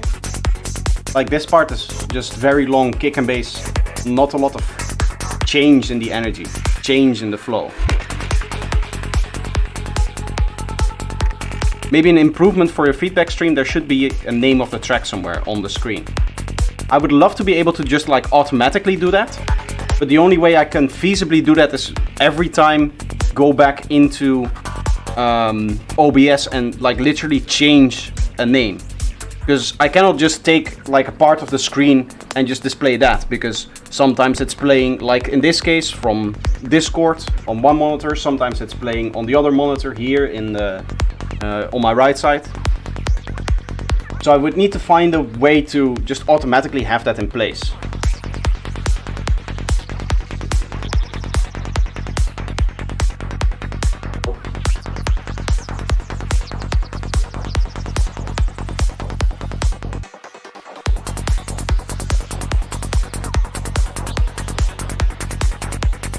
I would say that your last 15% of writing, at this point, like, I haven't heard anything that is standing out to me in terms of like wrong with the writing, but something that you should focus on for the last 15% is like energy flows, right? So currently what is happening is that your track just kind of goes up and then up again and then down again and then up again, right? For every section of the track. Anytime that you have a fill or changing something with the drums or something like that, you increase and decrease the energy level.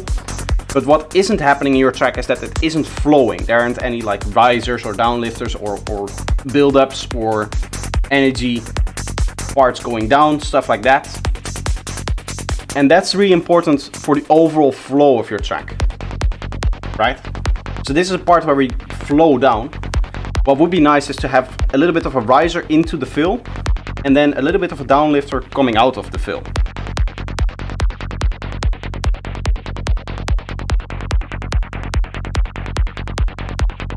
Yeah, I would have like a text plugin for that, right? So I would have just in OBS text itself. The problem is it's always with those things that if you want them to be part of OBS, if it's just a like notepad application that I just hover here, anytime I click the analyzer to even freeze this, it will put Ableton in focus. So it will go behind Ableton. So I need to do it in OBS, but there it just takes time to edit text labels, because it wasn't designed for quickly changing the text label every time, I guess.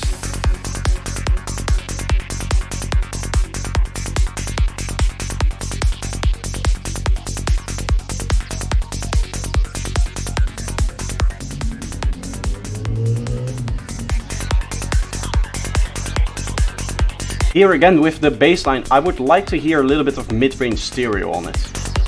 Just stereo spread, the plugin that I showed off before.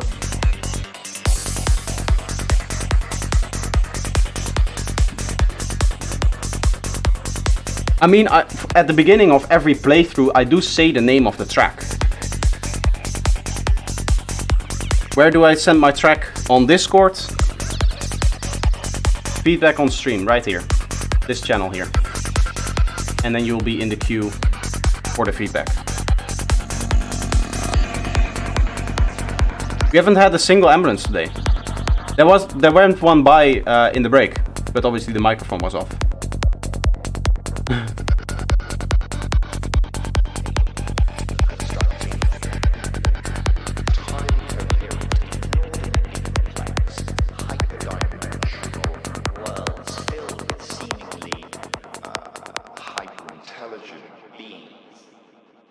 I like it. I do really like it. I mean, it's done in terms of the whole ride through. With your last 15% of the time, or like 15% that you say that isn't finished in writing, I would spend all of that time working on transitions and energy flow. All of that 15%. Because that's really, really important. Next track, this is chant.mp3 by Kuam K. This. I'm not even trying anymore. I'm sorry, it's just unpronounceable. You're welcome, Aris. Thank you for submitting. Ooh, this is a lot louder.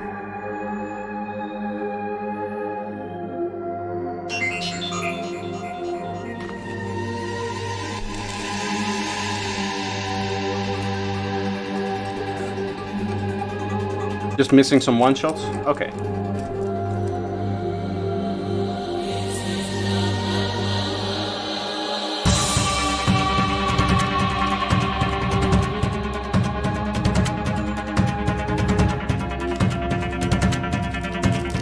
Maybe it's cool to have like a strong bass part on here as well that lines up with that main drum that's in the sequence. So boom, boom, boom, boom, boom.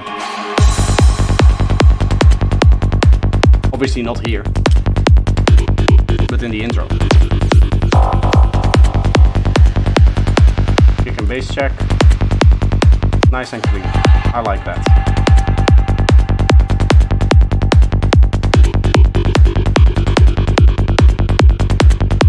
Again, the stereo field can be a little bit wider on the bass in your mid-range.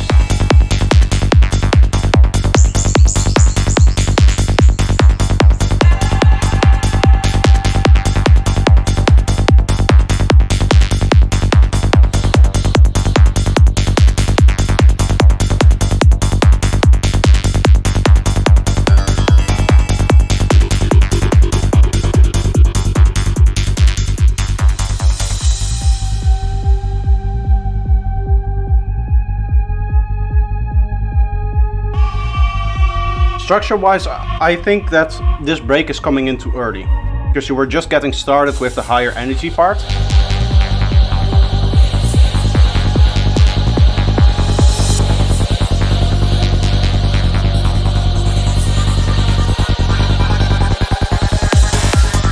I do like that bass effect. That's really cool.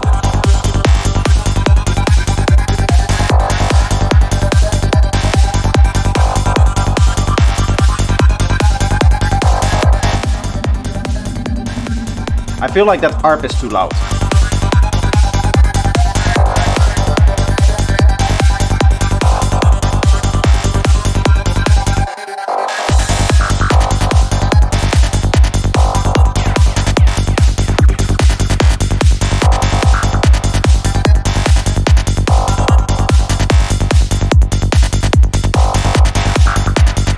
the rest of the sounds are actually very well balanced.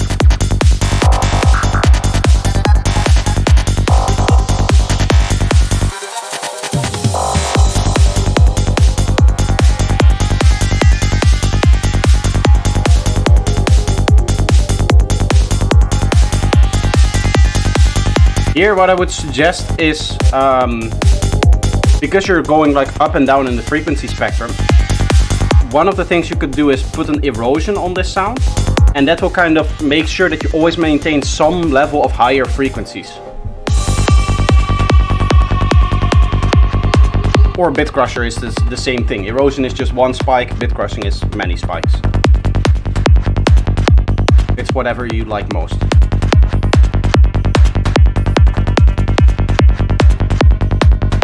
Did I say bit crossing? I meant downsampling.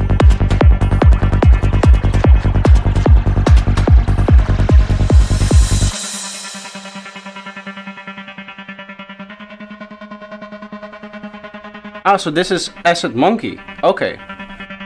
I didn't, because I don't know that the connection is there. I mean, I should have seen it when I saw you talk about the one shot, but I forgot.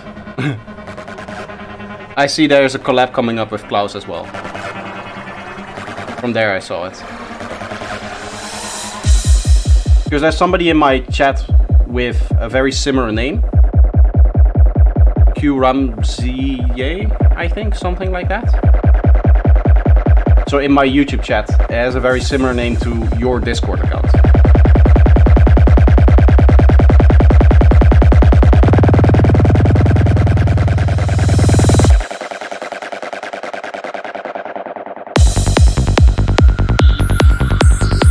Interesting.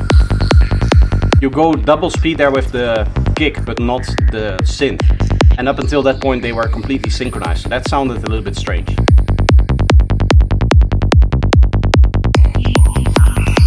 Yeah, here it's a little bit empty, I would say.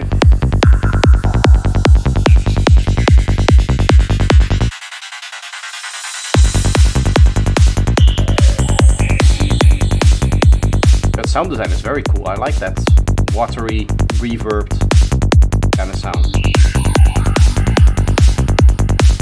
Here also there's just too little going on for the amount of energy that you have in your drums, right? Because this is like a medium energy level. It's not just kick and bass anymore. So you would suspect some grid synth, stuff like that.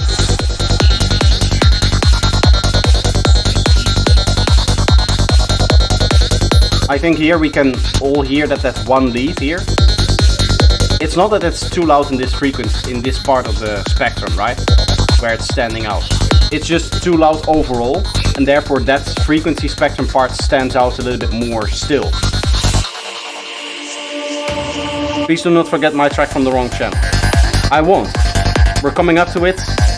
The people that we're listening to now posted still before you. So once we get to the people posting after you, I'll just place your track in there so it's still like within the time that it's posted.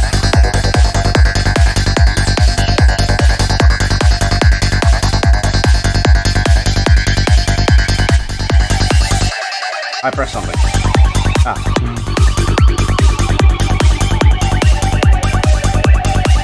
It's a really cool lead. I like that.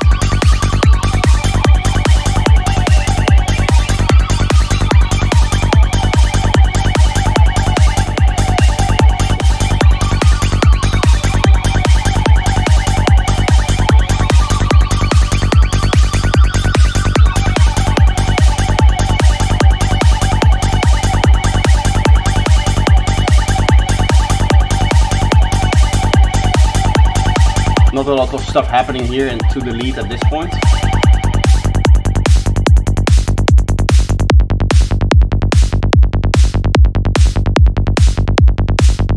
Also drums just kind of randomly stopping.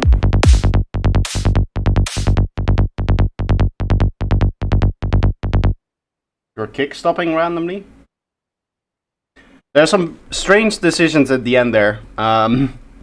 I would probably spend a little bit more time on that last bit. So forgot to delete the end, yeah. I can see that it's not yet finished. There's a few things I would consider. Hopefully I could give you some pointers today. Dipicus again, and then we have 1, 2, 3 more tracks before we get into Barono, your track. So in total 4 tracks, and then it's Barono. This is just a quick one that he made today. This is called 00039.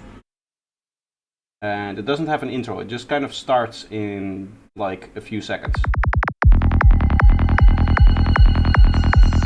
Very dark, aggressive bass. I like it.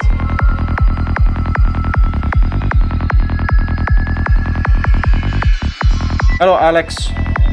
Alex Nickel.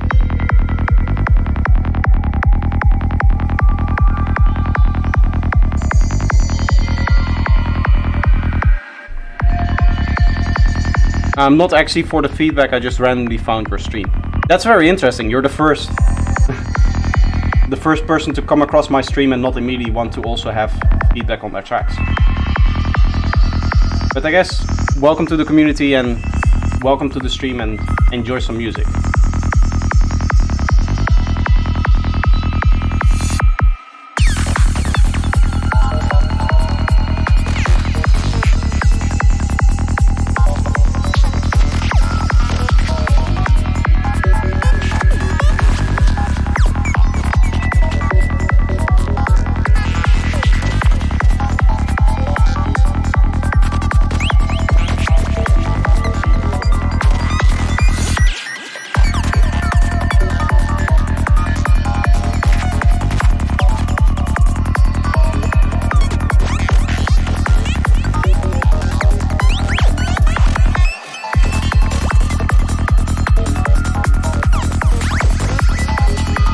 I would say cymbals can be a little bit louder. Other than that, I would say that if you're getting into this high energy part, I would not have any atmospheres. Right, you leave the atmospheres for the parts where there's not a lot of energy, or maybe do some transgating on them, because they really slow down the rest of the tracks with the fact that they're actually pretty loud here now. Right, you have all of this vast stuff going on, 60 notes, and then there's just the atmosphere kind of coming through like that. You know, very slow, very... Whereas the rest of the track is clearly meant to be very strong and very high energy. So that's a strange contrast.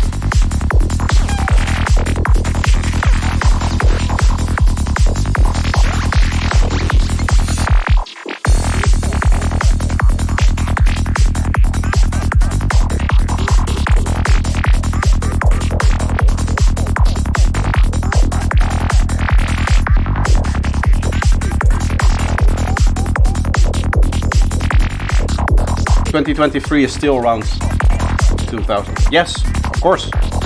It's just a matter of perspective. On a cosmic scale, it's the same thing.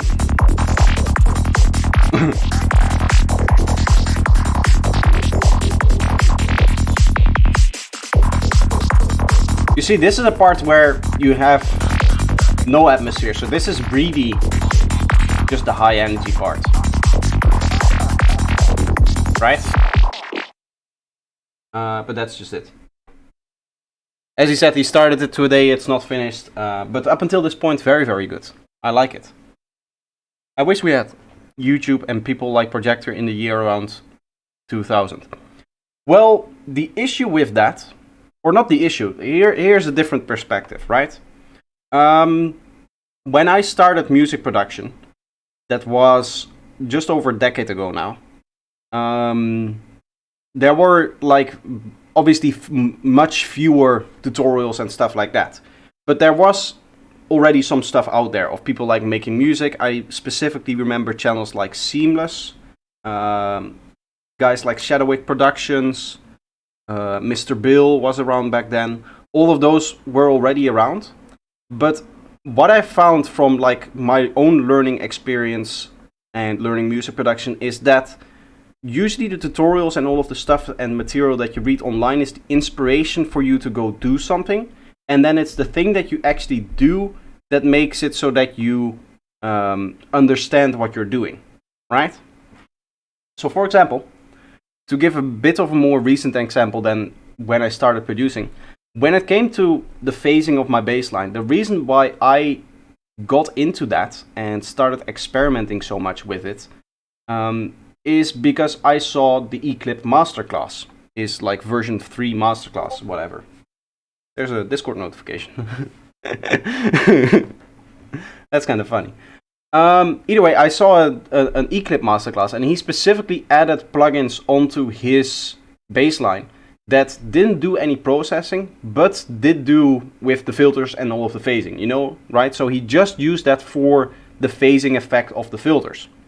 And at the time I didn't understand it, and I was like, why would you do that? It just messes up your bassline. It makes it a lot more post-stringing. I wasn't at the point where I was like, okay, then you need to resample, and then you still get a clean bassline, but you get all of the benefits of all of the phasing. Either way, I started experimenting with that, and through my own experimentation, I actually came across, you know, how to do resampling properly, how to do phase alignment properly, how to actually do the phasing itself, the processing itself, how to do all of that stuff properly.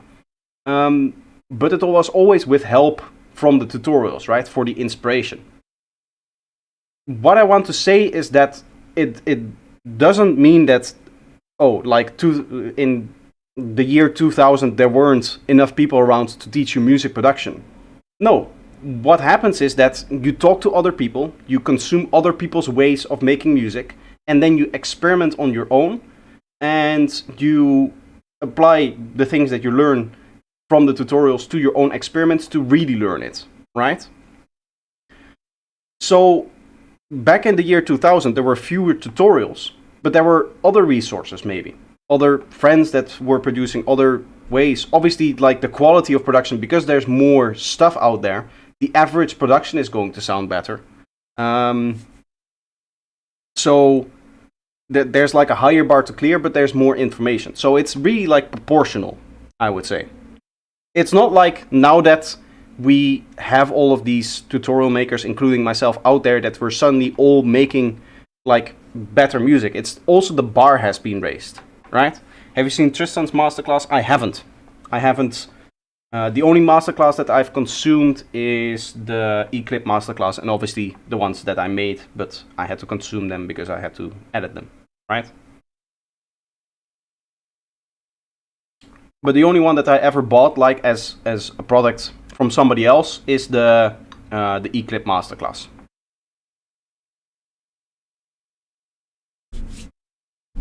Supposedly they are very good, the masterclasses from Future Phonics, because he did with Future Phonics, didn't he? Doesn't this just not go away if you...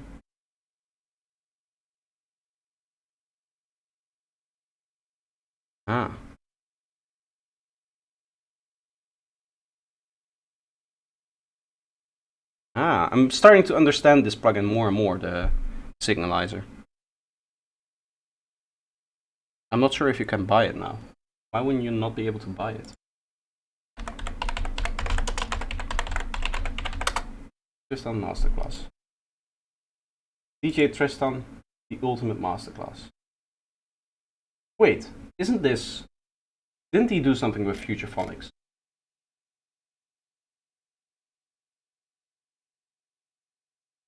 This is not from Future Phonics.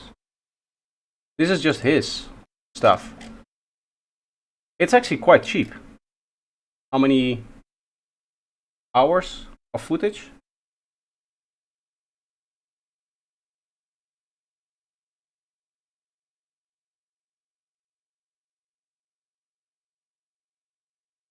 I guess it doesn't say specifically how much footage this has, but I don't know this masterclass because there's a clip on Future Phonics channel, I think, of the same thing.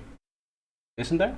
It doesn't say if it was made in collaboration with Future Phonics, but I assume that this is with the guys from Future Phonics, because I remember specifically that he did a masterclass on the, or like a segment from the masterclass was uploaded on that channel, I think. Or maybe I'm misremembering. Also, I forgot where we were. I think we've seen the Dipicus one. I think we are here. Acid Monkey and Klaus, Dark and Light.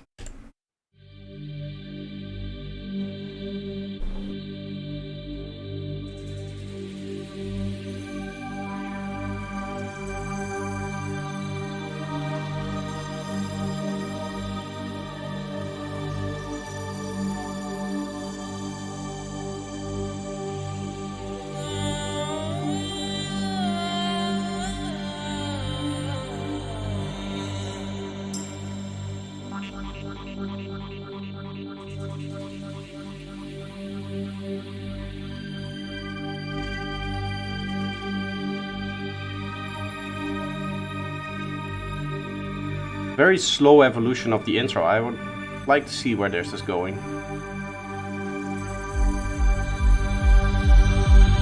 There we are.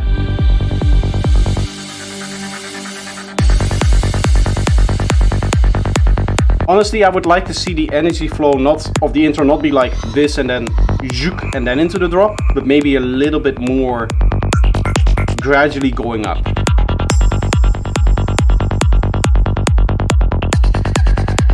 Chicken base is nice and clean, nothing to say about that.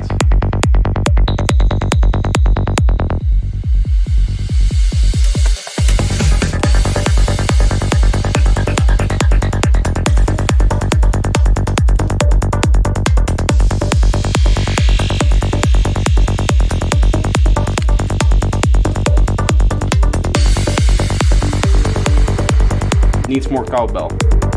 I do agree.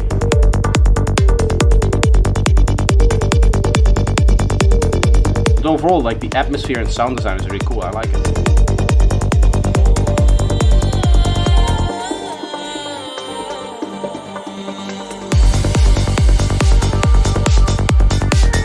Something weird is happening there with the kick transient.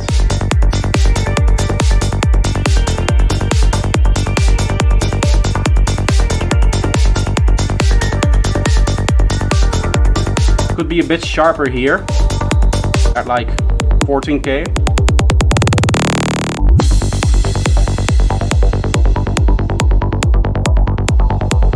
Not so much on the kick, but the cymbals. It's MP3. Ah, okay.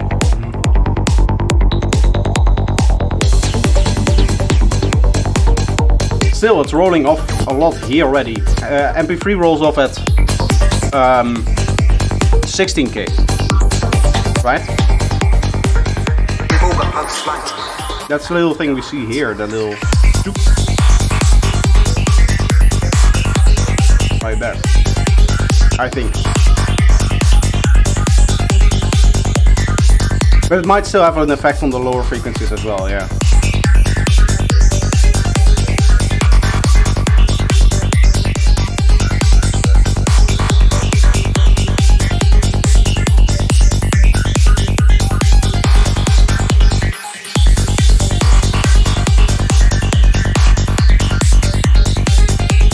This is Acid Monkey and Klaus. This track is called Dark and Light.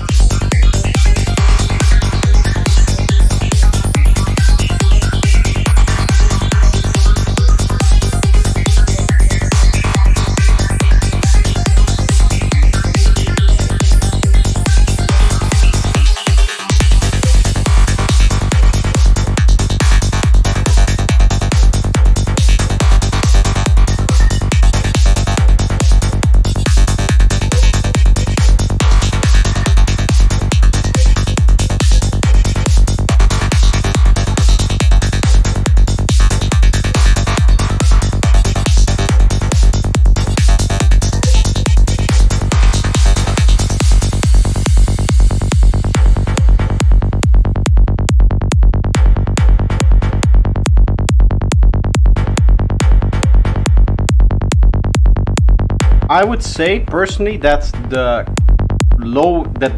envelope is a little bit too open on your bass line here. I'd like to hear a little bit more snap from it, a little bit more transient maybe. Have the transient go up to like 8-9k ish, and then have it close quicker. So you get Less farty bass line, a more plucky one. But overall, very nice production. I really like that. Now we have Niels. I got this one. I have a feeling it's a little bit too hard on the high end and it's pretty long. Hope that's alright. How long is pretty long? 13.5 minutes. If we get really bored, we'll stop, but I don't think that will be a problem.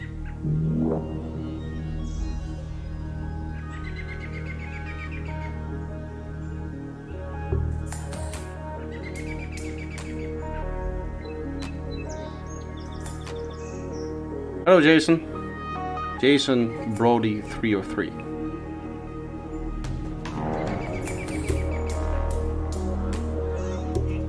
By the way, this is called Merkabai Intro V.4 Chill Break.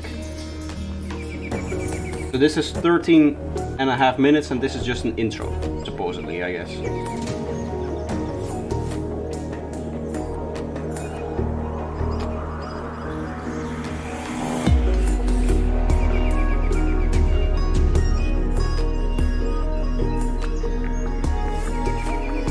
This is very well put together in terms of instrumentation and overall mix, this part. I mean everything up until now here.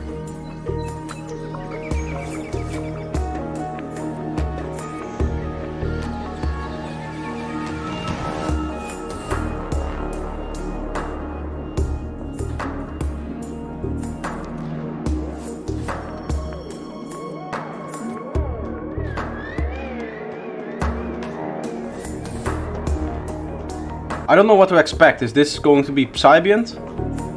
Which it sounds like now, but every once in a while you get that creepy, eerie sound design. Which makes it sound like it's going to go double time and just go... You know. I can also see the waveform in front, so maybe that's not fair. It does look like this track does have a drop at some point.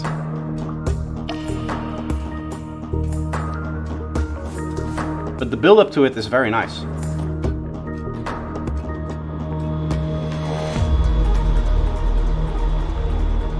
Here we are.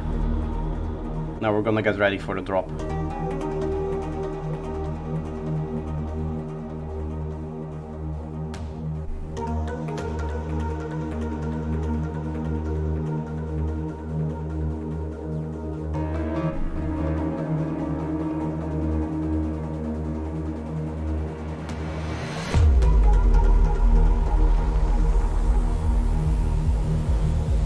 There you see. I was right about the double tempo here.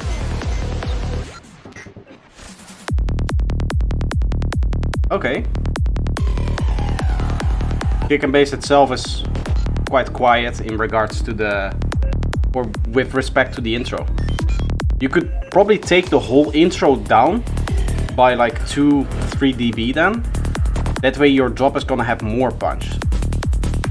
Because right now it sounds like the less dynamic and quieter version of what just happened in the intro, but with a kick and bass. I don't think that this is a BPM change. I just think he went double time, right?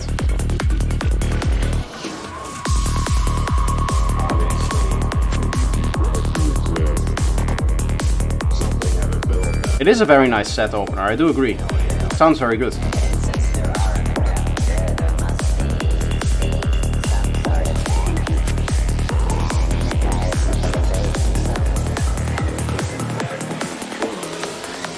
Yeah, bathroom bake.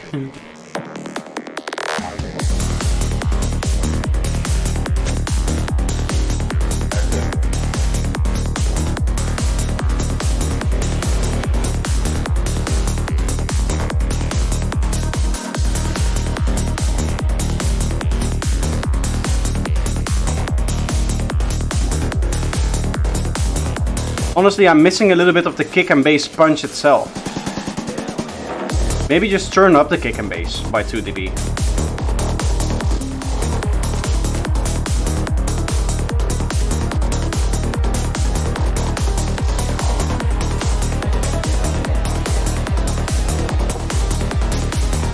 Because it has a nice high end, it has a nice mid range. By the way, the mid range is starting to get clogged up right now. That vocal is unhearable, right? Because the rest of the track is so high energy.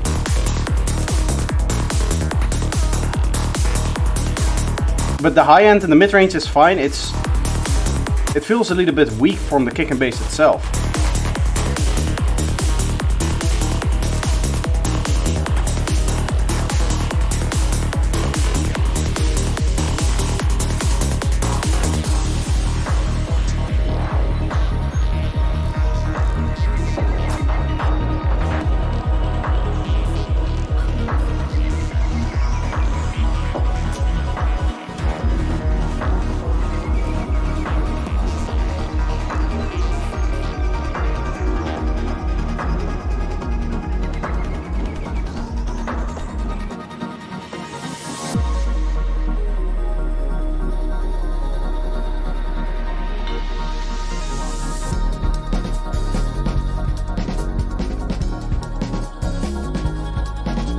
Here you can see we're using more loudness, or very close to the same loudness as we did in the drop. And in fact, I didn't even know that this break existed, because from the waveform you literally cannot tell.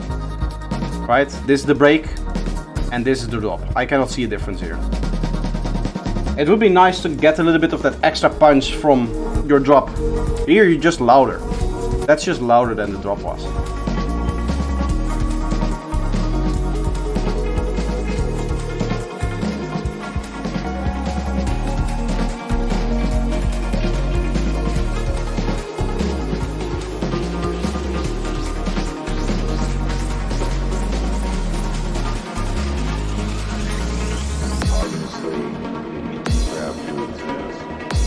Here the vocals needs to be louder. If you're gonna have vocals here, make some space, make them louder, make them stand out.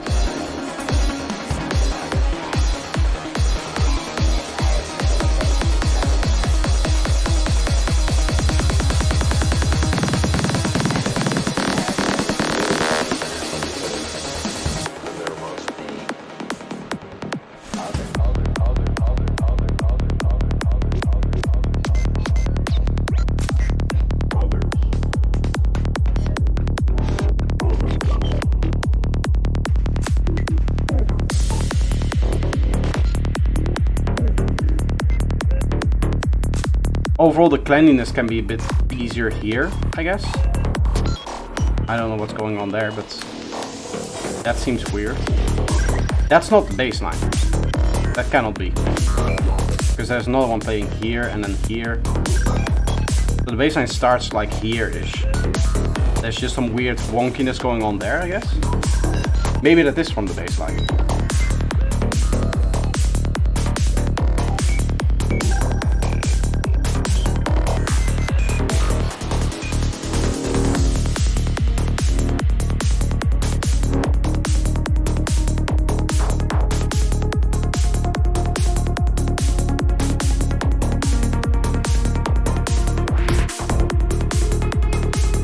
That was a little mess. If you're doing kick fills, make sure that you remove any clashing frequencies and stuff like that.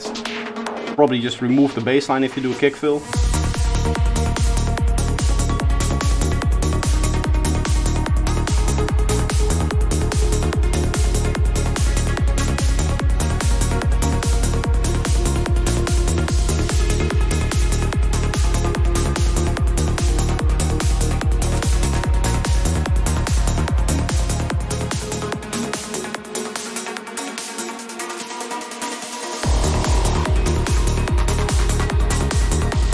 Hello EG, you fell asleep while watching One Piece. Nice you woke up in just in time for the last half of the stream, I guess. Little less than half.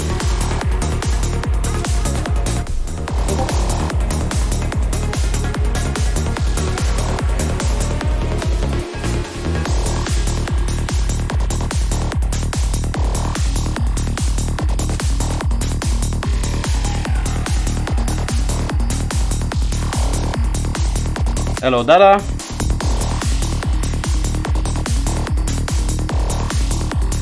This is nice. I like this section. This is well mixed, well put together. That stab is maybe a little bit loud.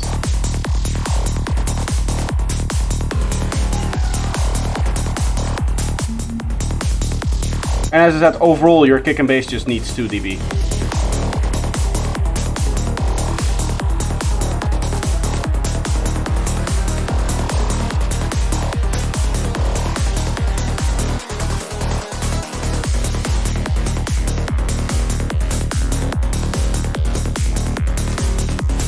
I'm also not a fan of the fact that you're using the same fill method here, in that for the last 2 fills now, we had just the bass kind of continuing. I would suggest, if you want to use that many fills with like the bass continuing, to spread them out throughout the track and not to have them all of them at once, like the same fill over and over again. Kind of like here again.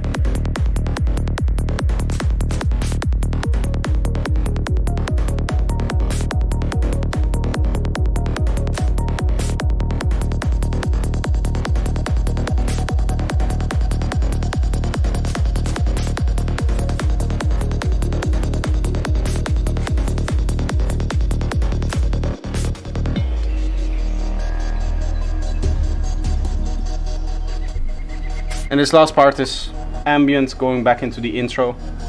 Now there's a little bit of a battle happening. Oh, wrong application. Did you guys see that?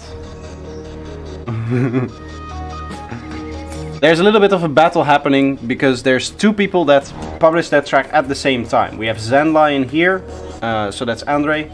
And then in the feedback, which I can definitely click on now, we have Barono here, also at 58. 58, and then this one 58. I have no idea who was first. I am just going to flip a coin, I guess.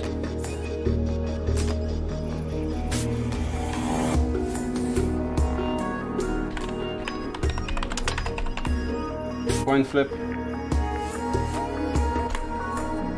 If it's heads, we'll go with the one in feedback. If it's tails, we'll go with the one on feedback on stream. This is the battle. Heads. Okay, so we'll start with Barono, and then after that we'll listen to Zenlion or Andre. Keep the suspense going for Klaus.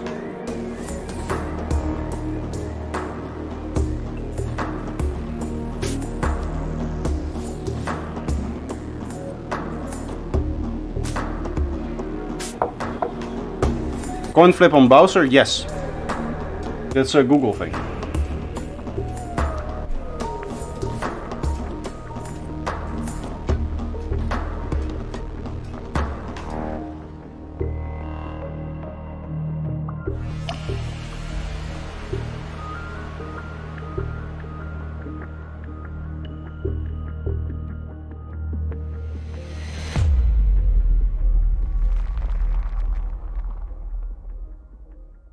I like it. Overall, very well done with the production. There's just a couple of mixing things to take care of.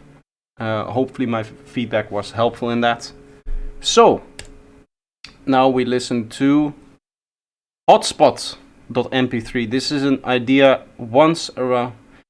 I had this idea once around 2008-2009, just to show times, nothing serious. Okay, so this is very old then, I assume. Well, it's starting off very loud.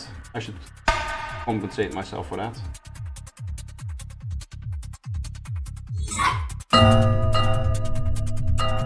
Very mysterious and dark.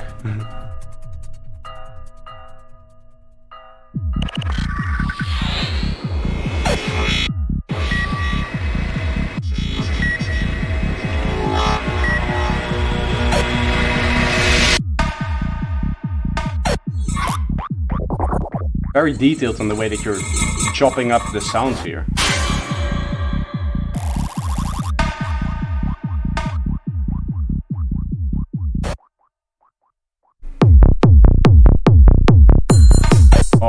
kick and bass is messed up. Look at this. What's happening there? There's some very low oscillations happening here for some reason.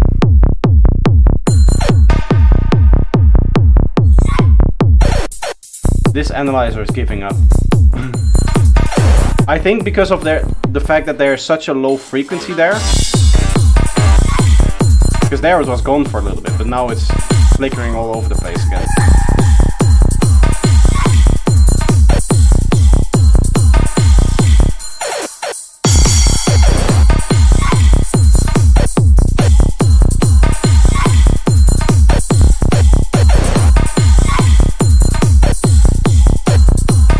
Your track literally broke signalizing. That guitar was also very loud.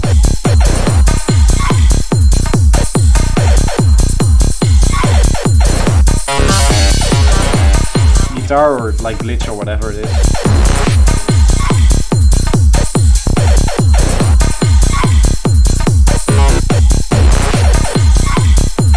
I say very loud, maybe just a little bit too loud. You can see it at the high frequency thing that it has there.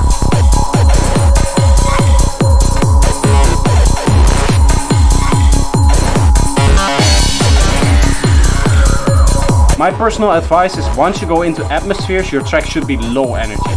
Atmospheres are low energy material, and this is clearly the high energy part of the track still. Right, all of the synths, all of the drums are playing. This is where atmospheres come in. This is low energy.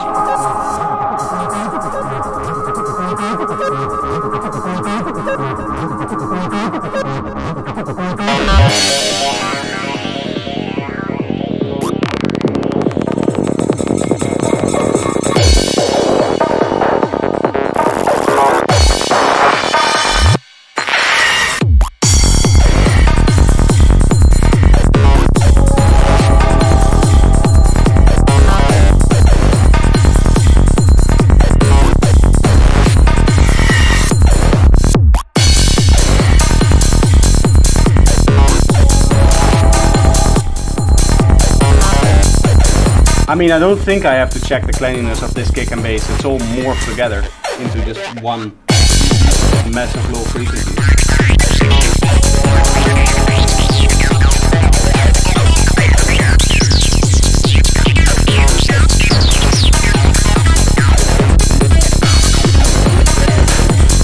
Honestly, if you fix the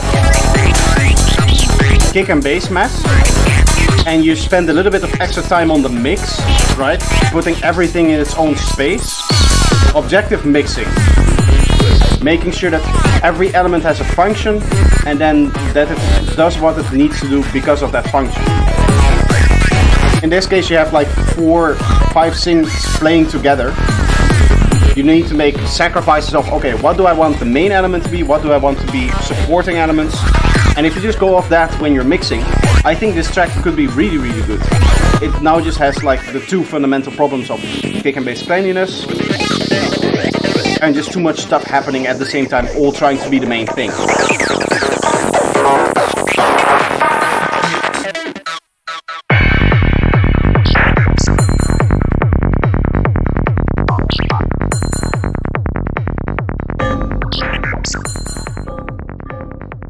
Here it is clean. But even here, when it's filtered, it's post-ringing into the bassline.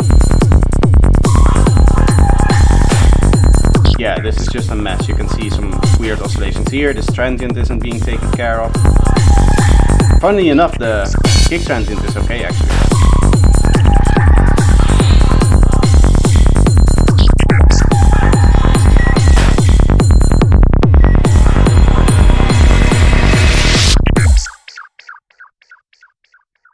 Very cool stuff.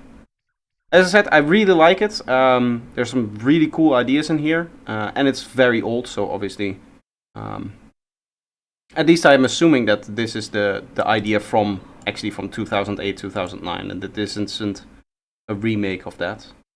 And stuff. Yeah. Before then, mine. Andre. Yes. Let's hear. This is Zen Lion. You have some nice art there.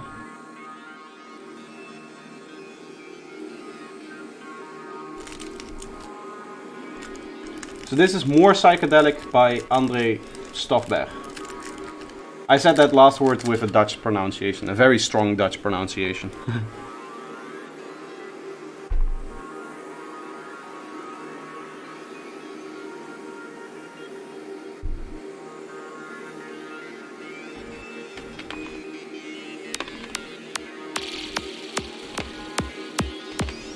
Psychedelics are catalysts to thought, to imagining, to understanding.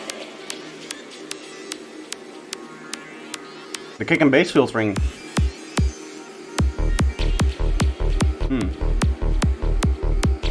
That's strange.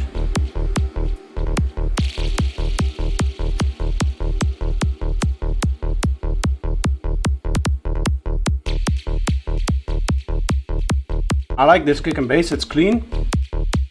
I would say that the bass itself is too stereo now in the low frequencies.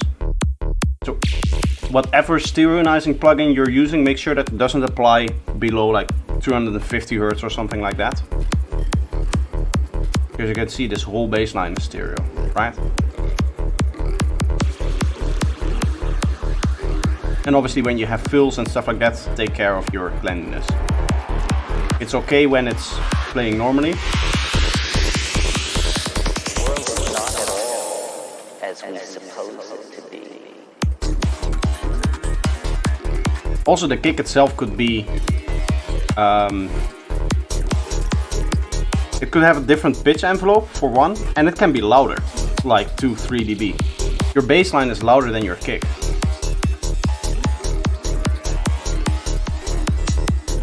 Alexandra is under.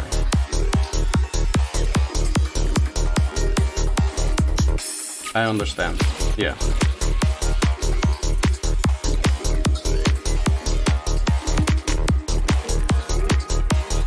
But overall the sound design and theming and all of that part is really well done, I like it.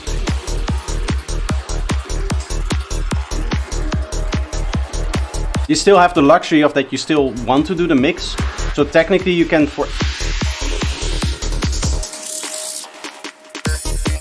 Wait, why was there a fill there? That confused... Okay. I don't understand what the point was of that first fill there, because the riser just continued.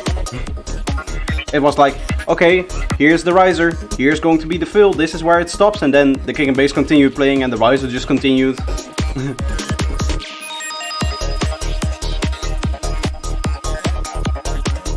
The point of a riser is to rise energy into a higher energy section, and the point of a fill is to denote the start of a section. So if your riser comes in and then there's a fill, what are we going to conclude? We're going to say, okay, here comes the next section, but then suddenly it just kind of continues. Like fills and kick fills and stuff like that, they aren't random, they have a function.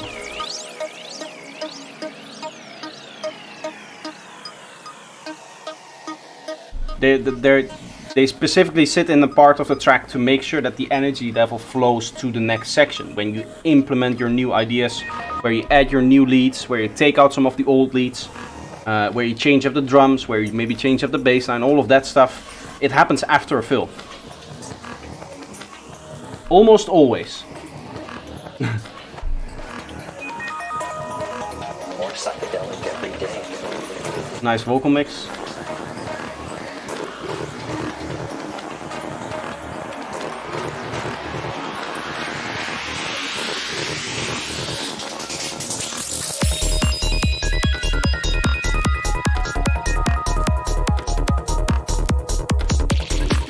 Okay, so this is a rolling bass line from the mid-range. But here there's clearly just one sub. Do you layer your bass lines?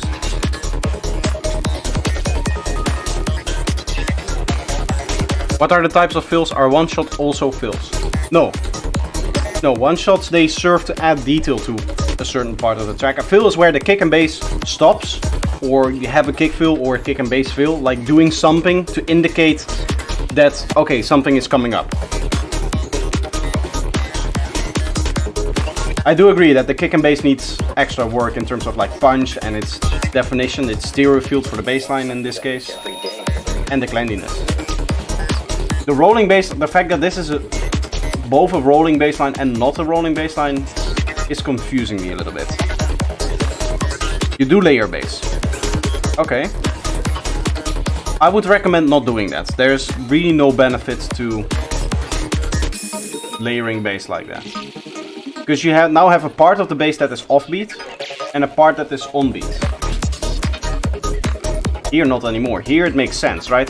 The bass is doing the exact same thing for all of its elements.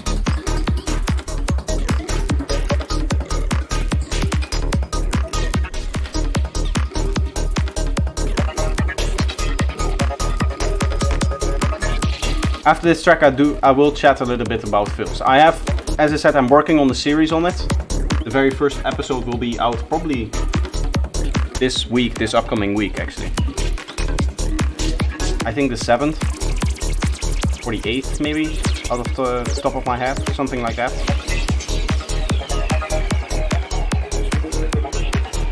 But I will talk a little bit about fills.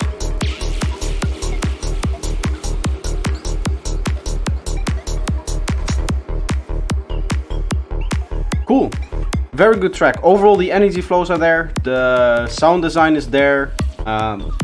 It's just, as I say many times, there's not something that's really standing out. You could argue, okay, the kick and the bass is a little bit strange now, but you fix that and it's okay, right? That's 5-10 minutes of work to just clean that up, and then you should be good for the whole production. What I wanted to talk about in terms of fills. Stupid autoplay. I hate it. Why does it exist? What I wanted to maybe chat about with the fills. Let's see if I can align this. 140. There we are. You can see for each section, right? So here I have a section, then I have a little fill, then I have a next section, I have a bigger fill. I have a next section, I have a fill with a build-up attached to it. I have another fill, I have another fill here. You can clearly see those fills. The point is that at each point here, at the end of a fill and at the start of the drop section, I change up my elements. I go from this to this to this. And in this case, here we have like this little flute thing.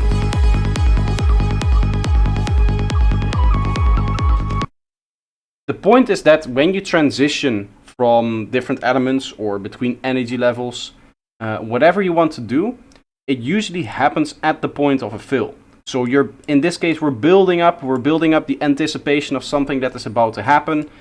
In this fill, you can really hear the high energy, the high frequencies, and then we get this massive synth stab. And then it's going to start, right?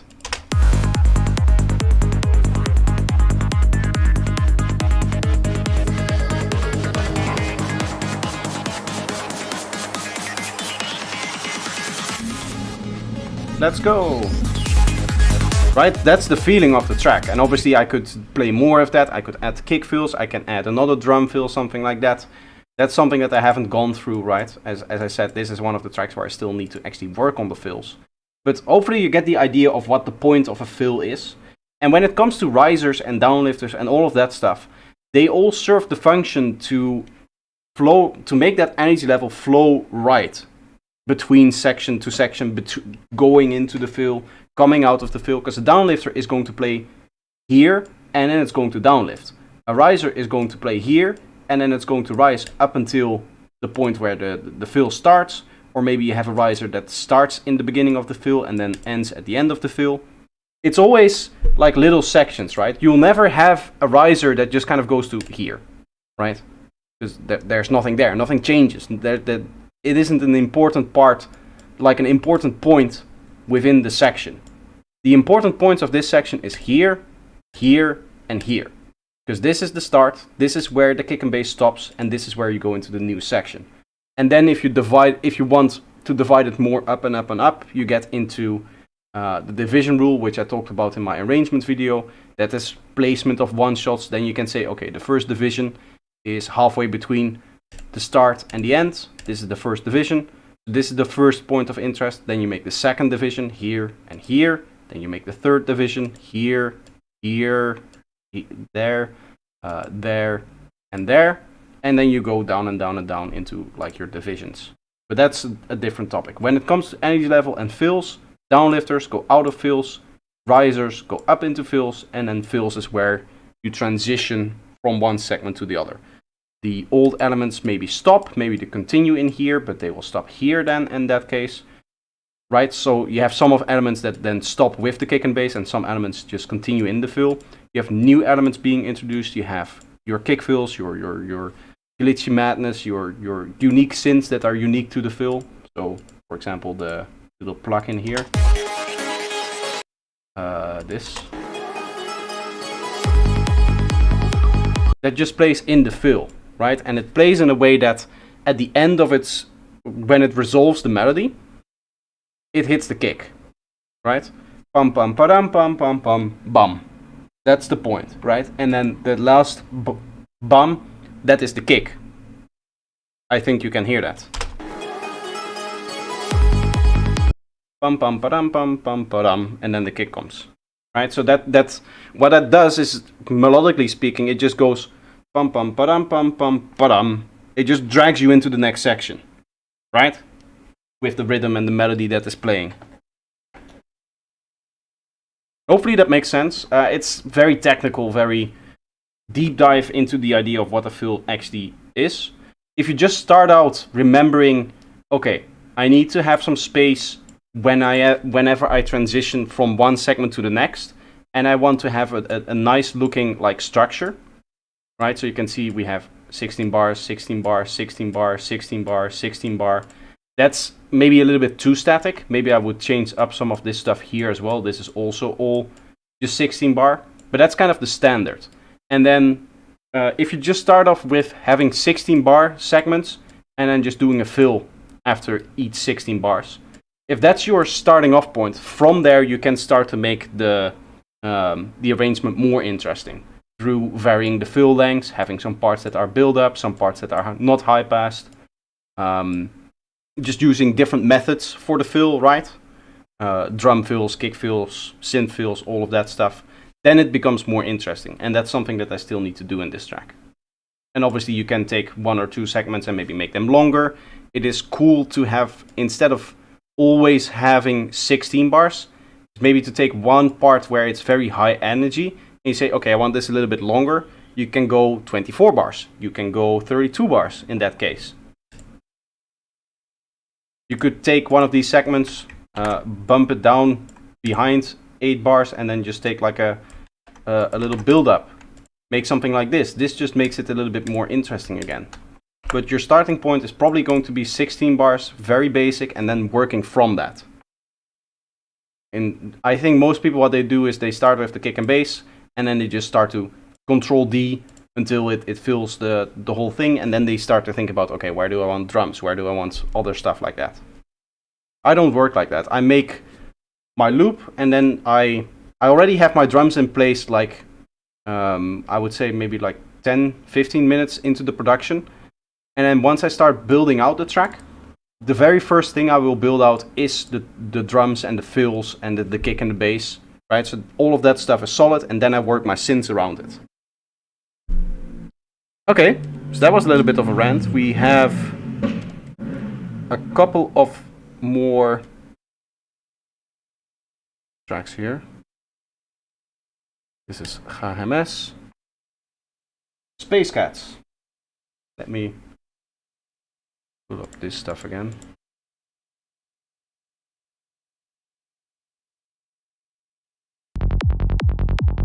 Just getting right into it. This is just a little segment.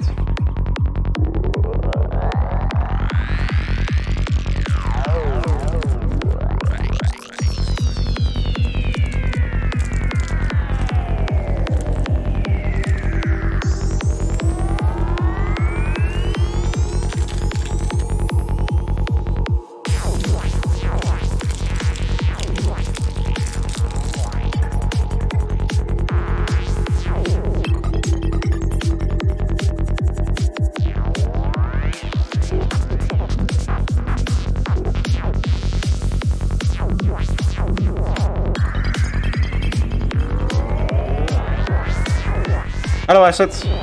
There's no pressure in sending tracks. You don't have to submit a track. It's just nice when you do. Okay, so this is the part where we get into the high energy, right? Because this is where the hi-hats start. At this point, what I would do is I would remove that atmosphere. So all of your higher energy synths come through a little bit more. Because I can still hear the slow atmospheric...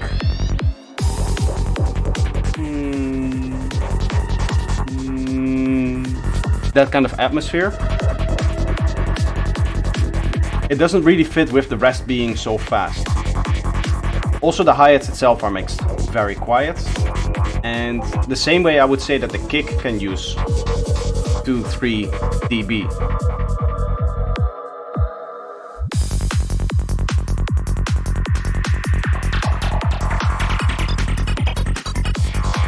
Yeah, this is what high energy you get without the atmosphere.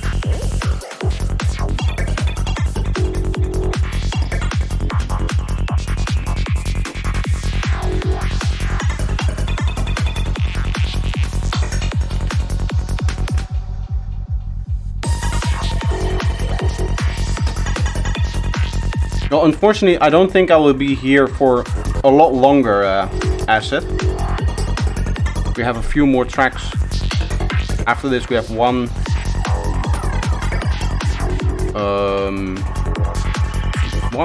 2, 3, 4 more tracks.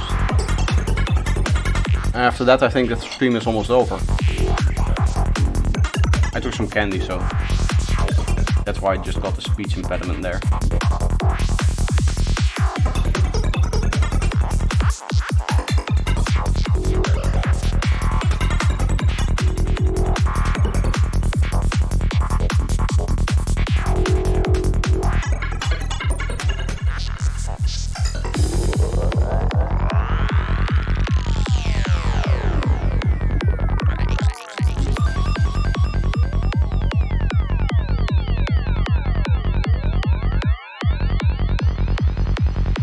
Some really cool sound design going on there, the geometry there.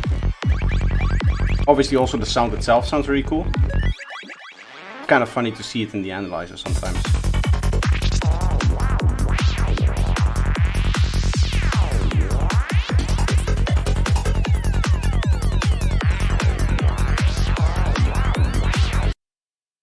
Nice.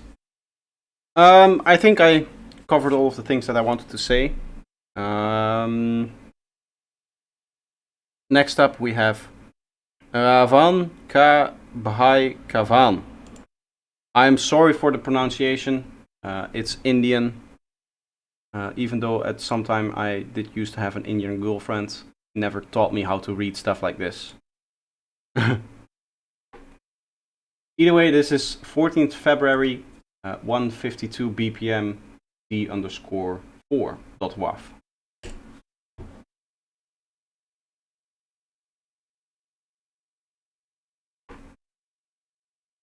Viruses. I'm sorry.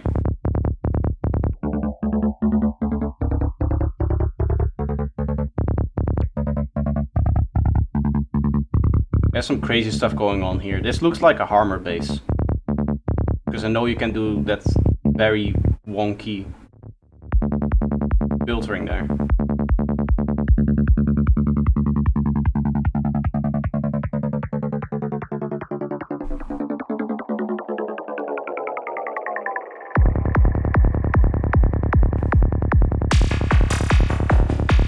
I like it. You can use a little bit of cleaning on your kick and bass, just resampling.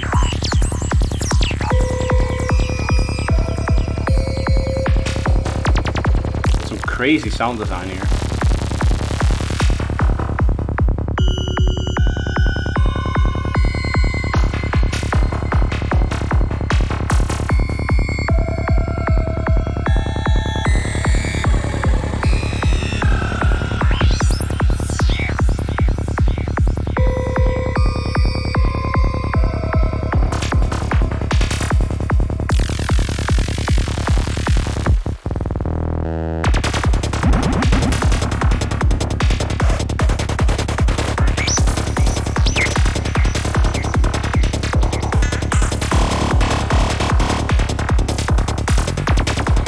Honestly, your top loop can be a little bit brighter. Here.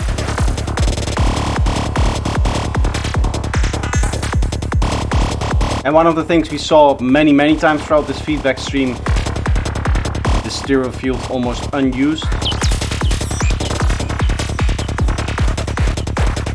There's a few synths that you can hear that where attention was being paid to the stereo field, but most of them are completely mono.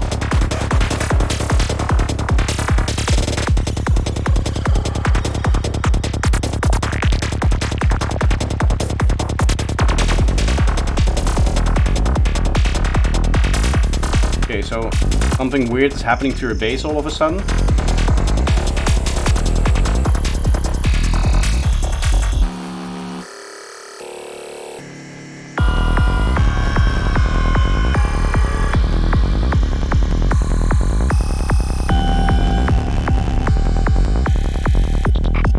What's happening with your sub-frequencies?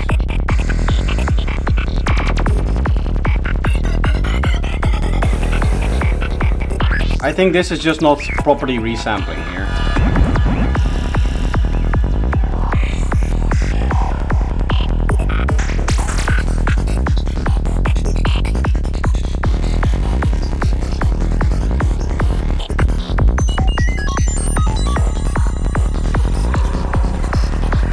Overall, the sound design is very good. Now it's time to work on some mixing, I would say.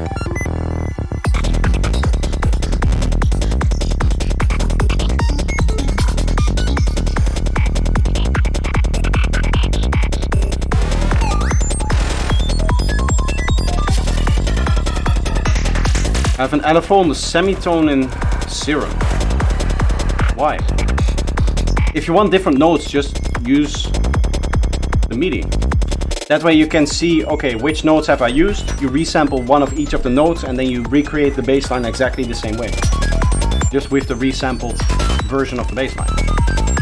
You do realize when resampling you have to resample each individual note. Right? Not just the bass line, okay, you render the bass line like one beat or one bar. You just have to render one individual note and then in audio recreate your whole bass line from the scratch. It's a note plugin I found for Projector for the track names. That's something I can look into, yeah. But here you can see stereo field almost nothing. So that's important. Your stereo width.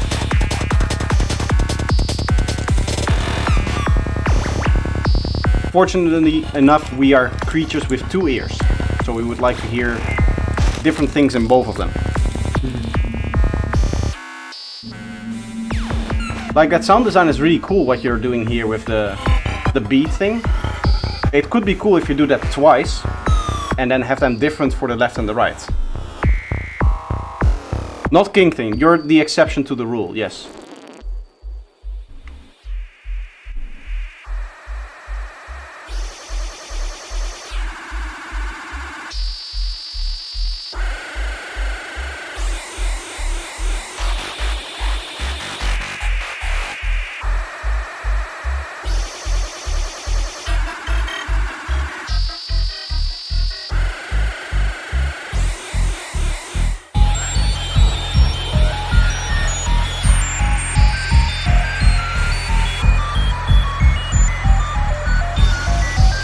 Am I listening to a bass or a kick there? It's going up and down. Ah, okay, so that's the bass.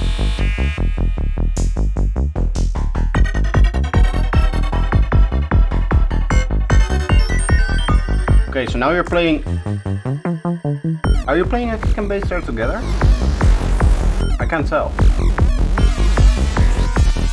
If you're doing that, that's a bad idea. Don't do that.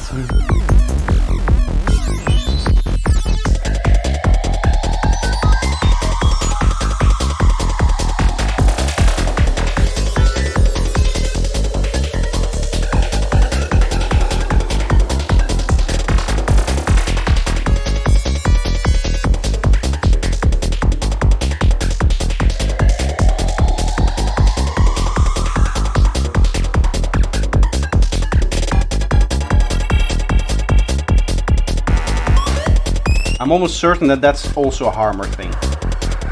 Harmer's Prism. I believe.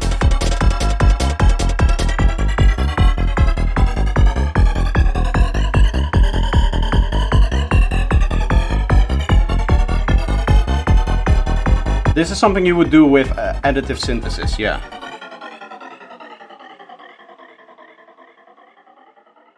Danielle, welcome. Very nice track, dude. Sounds very good. It's again, it's almost always the same in terms of the submissions that I get. In that, just fix the details, right? Just check the stereo field, check a few things in the mix here. I think I mentioned the brightness of your drums, stuff like that, and your kick and bass just needs to be clean.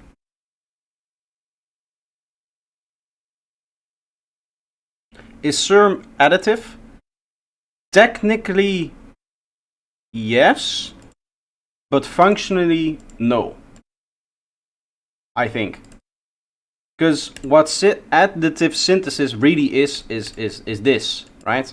Being able to say for each harmonic what you wanted to do in terms of phase and loudness. The cool thing about additive synthesis and Harmer in particular is that you're not limited to the harmonic series. So you can also change the frequency of all of the harmonics independently. And obviously it's not like a graph like this. I think there are graphs in there. Harmer is really complex and I do want to get it at some point because it's really, really cool.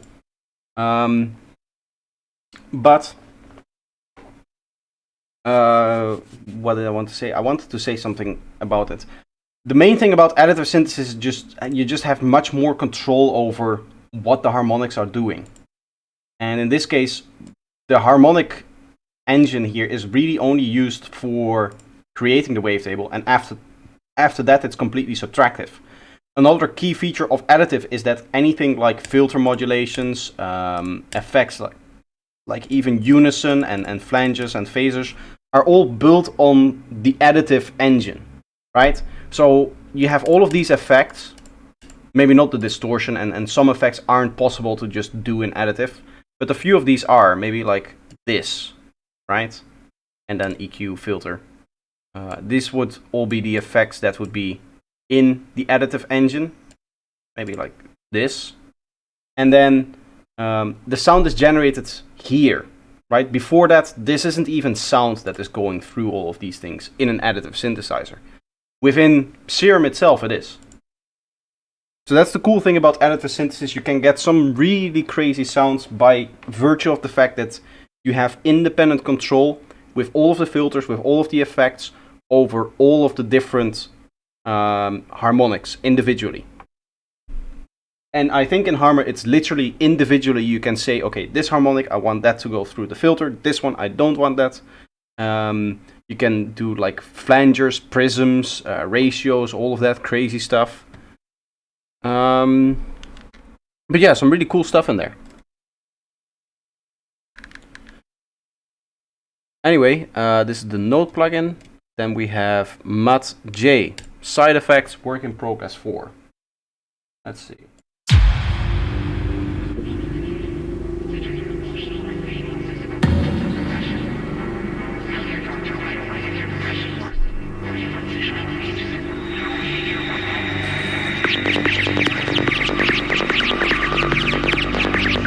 Kick and bass band hard, right?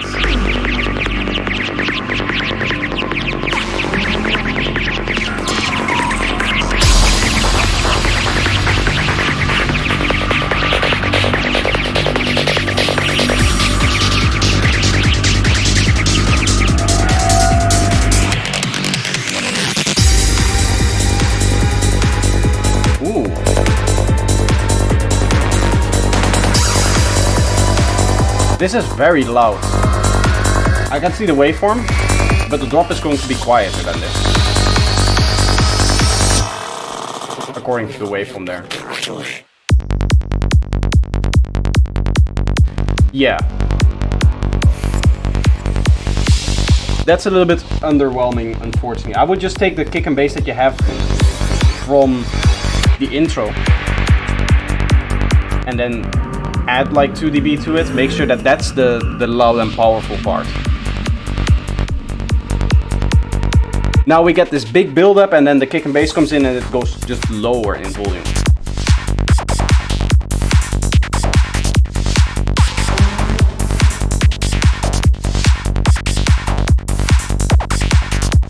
Also look at the difference in volume of a transient with and without a snare. This is with a snare, this is without a snare.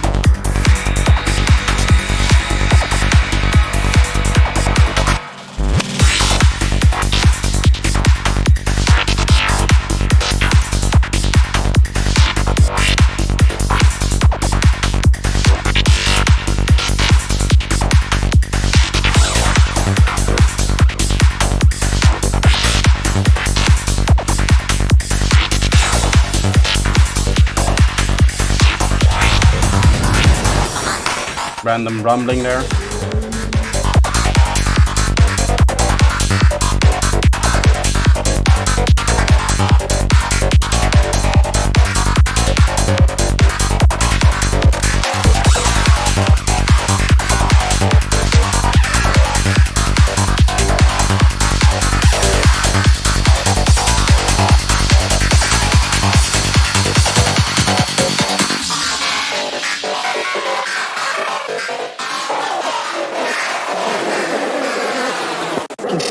Call your doctor if you have high fever, stiff muscles, and confusion, as these may be signs of a life-threatening reaction. Or if you have muscle movements that cannot be stopped, as these could become permanent. High blood sugar has been reported. Some people taking extreme cases, this can or death. Your doctor should monitor blood sugar if you have risk for diabetes. Due to an increased death or stroke, some people faint or dizzy on stand. Other risks include impaired judgment or motor skills and drugs. Very nice. I like that. Something weird to note about your bass line. Look at the volume below, here, and above. So up is speaker push, down is speaker pull, right? And silence is its natural resting position. Normally you want your bass line to do as much push as it does pull, because then you can turn it up the loudest in the master. Right now, if you push this another 2 dB, it's already going to hit the limiter, even though this has so much more space available to it.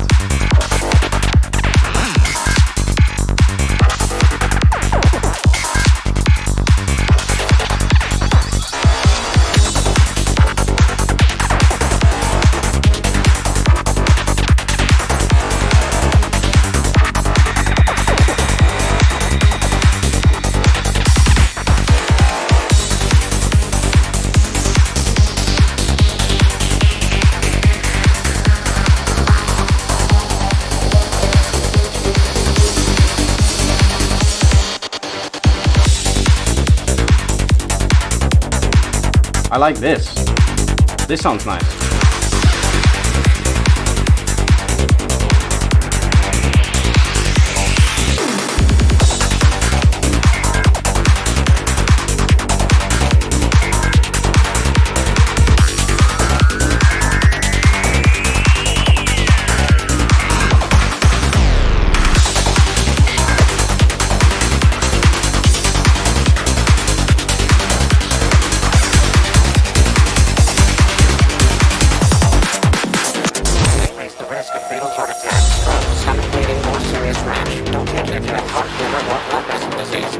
Surgery, uncontrolled blood pressure, or allergies to aspirin, NSAIDs, or Anthrax. A life-threatening problem may occur, especially if used with antidepressants.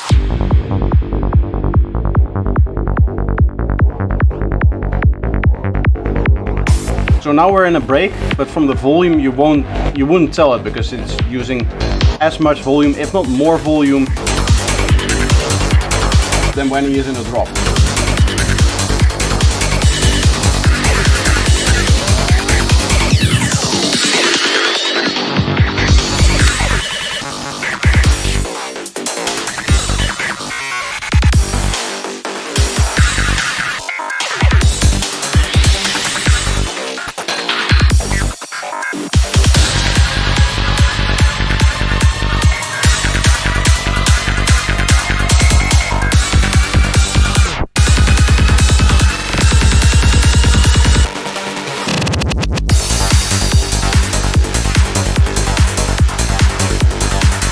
that does sound very nice. Very cool stuff.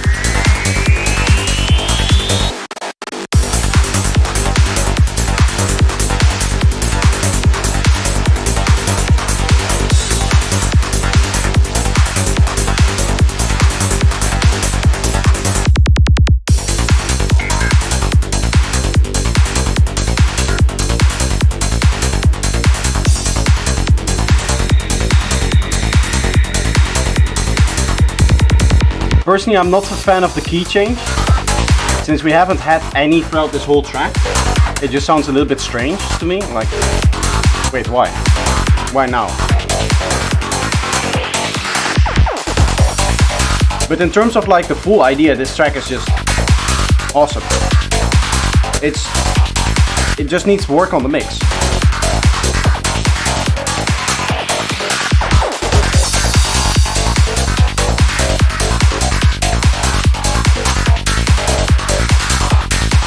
The mix needs a lot of work, like also the way that the percussions don't stand out, the way that the leads take up until like 15k-ish, I would say, in terms of the frequency. Like the leads are even in here, I guess. And I guess the drums are more here then?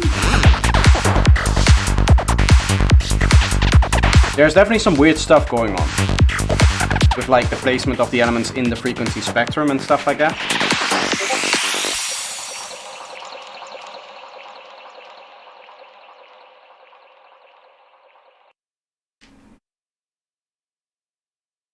But overall, very nice.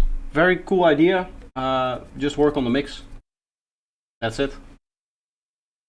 Who do we have now? We have Dada.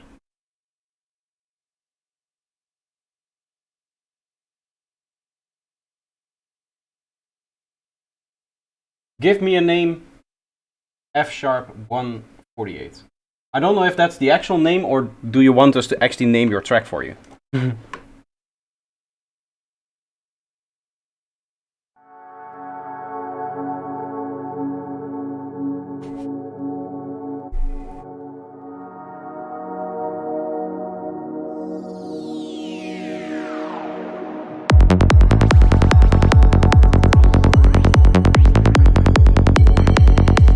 I don't think I'll have to check this for cleanliness. Looks very good. Here you can also see what happens when with the mix, right? When you have, okay, very low intro in volume and then just the kick and bass goes up. The kick and bass now comes in and it has a punch.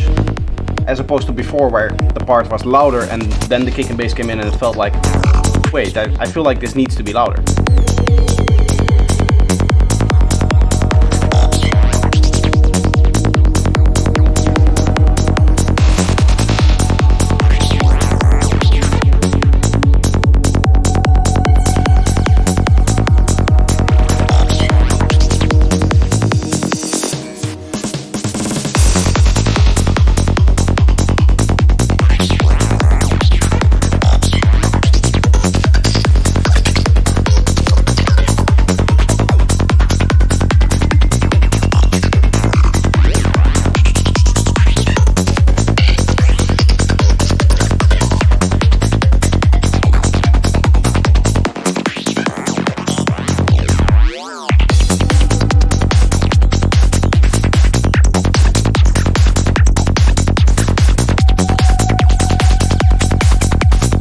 Still a placeholder intro. I kind of assumed so because it just kind of started.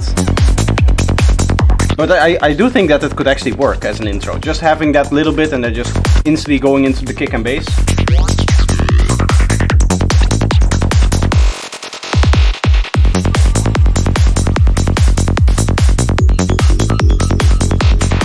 I mean, the sound design is crazy. It's precise. This is exactly what you expect from a Dada track. I think the interesting thing to notice about a mix like this is that, okay, kick transients, bass transients, hi-hats, open hats, all of the lead sounds. You can almost always identify all of them when the sounds are playing, right? And that's just the idea of leaving space. Here we're in the high energy part of the track. most definitely. And you can see no atmospheres, no nothing like that. You really want your synths to come through, you really want your drums to come through, your top loop, your kick and bass obviously. And so he just restricts himself to those elements.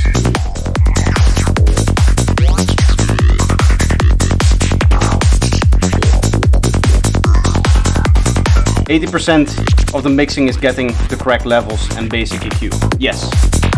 I would say that 80% of the mixing is identifying what do you want each element to do. And then the 20% is the level in EQ thing. And after that, there's another 2% which is all of the rest. All of the compression, the reverb delays that you had, all of that stuff.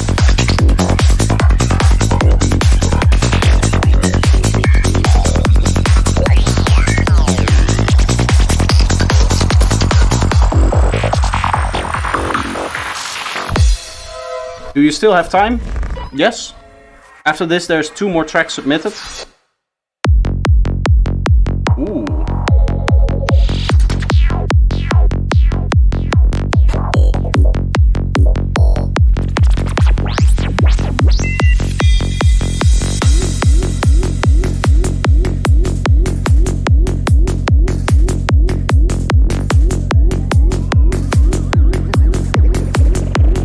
Very tricky. I like that.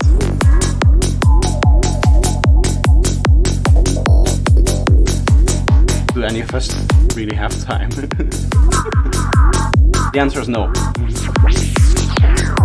We never have time.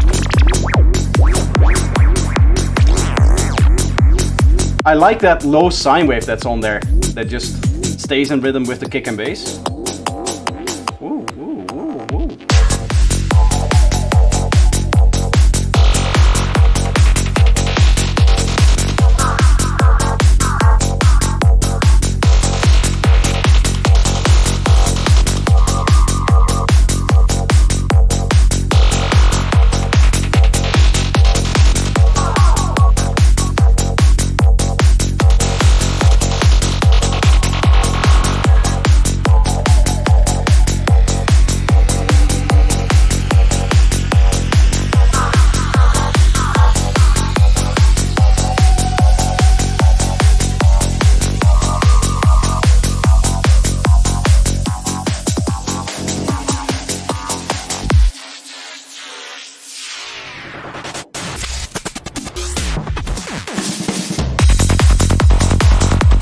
Very nice transition. Felt a little bit long, like it was the kick and bass was supposed to come in a little bit earlier. But then when it happened, it did make sense.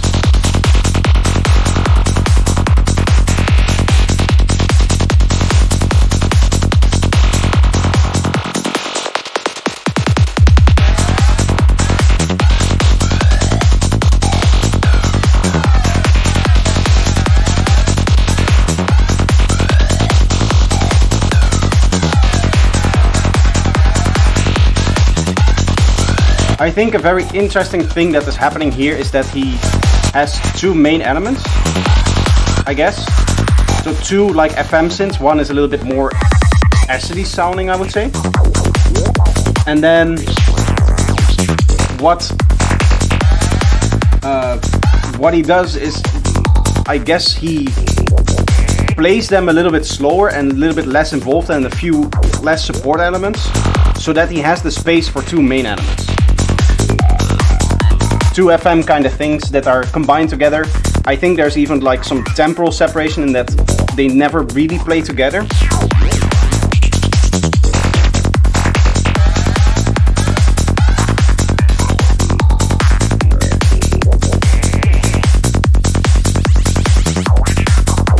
There's nothing to say about it, simply ingenious. I agree, yes. This is at the point where I can say, well, I mean, what else do you want me to say? This is just how it's supposed to sound.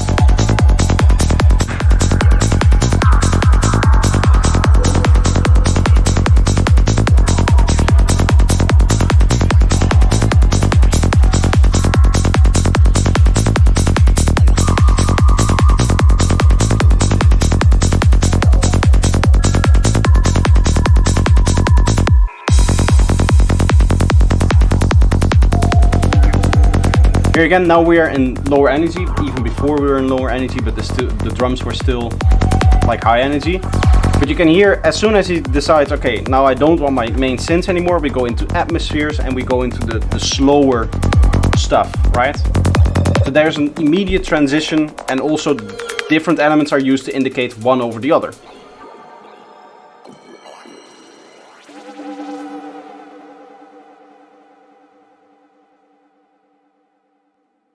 Very cool. Oh, there was still more.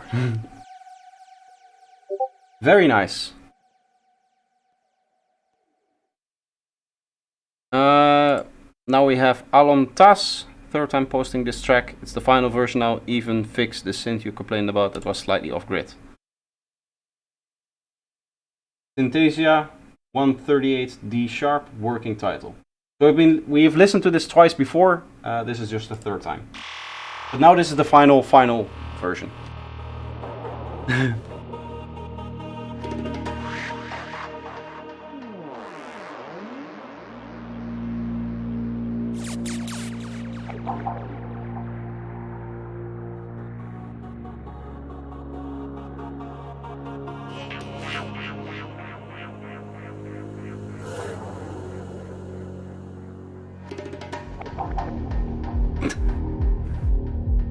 The other song I don't think is for sale yet.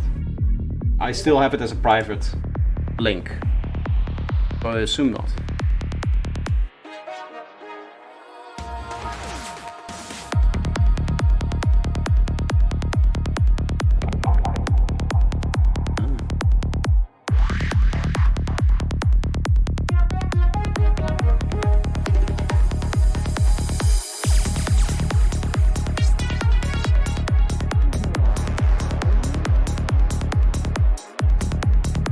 If this is the final version,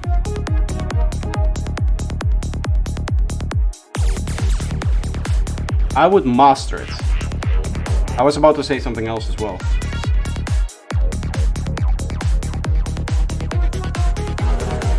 Everything does sound on grid right now. I like that.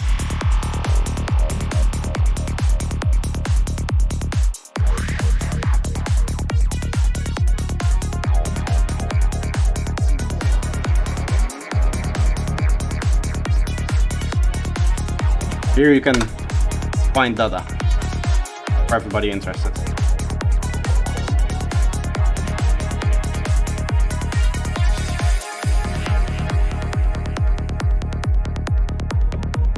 Like, I don't see the reason why this track wouldn't need to just push 0 dB like any other mastered final sidetrance track, right?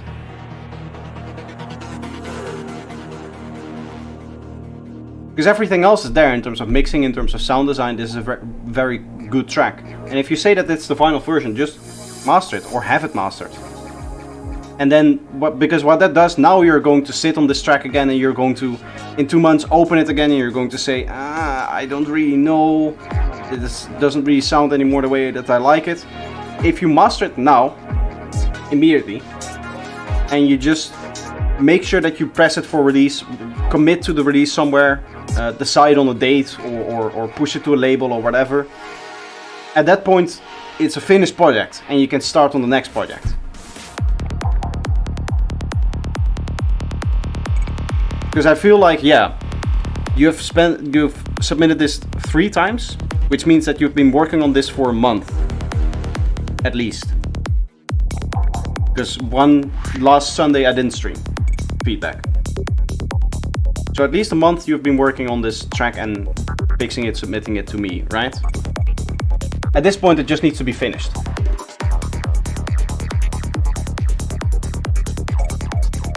One month in the work.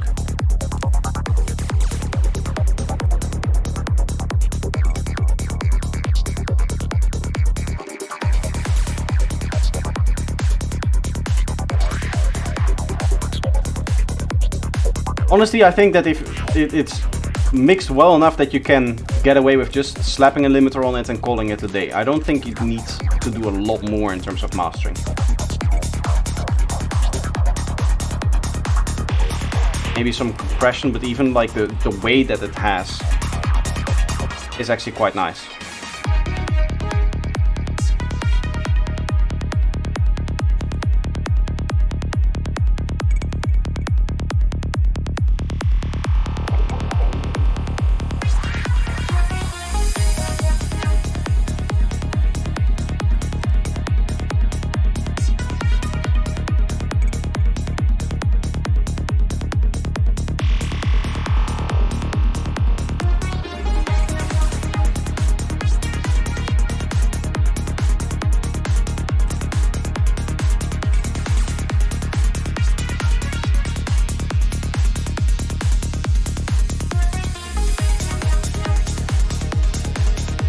This year I produced 6 tracks, basically 1 a month. Do you do like, okay, start track, finish track, and then next track, or do you do all productions through each other? Because I think a lot of people do track by track, right? They'll only ever have one production that they're working on, and they'll just go, okay, I'm going to produce something. Now I'm going to add some more to it, I'm going to arrange it, I'm going to finish off the details, I'm going to mix it, and now I'm going to master it, and then finish next project. I do not understand this mentality, how you get any work done whatsoever. Because I have so many times that I open up a project just like at random, and I want to decide, okay, what do I want to work on? And I see like, oh, this project is at this stage. I don't want to work on this stage.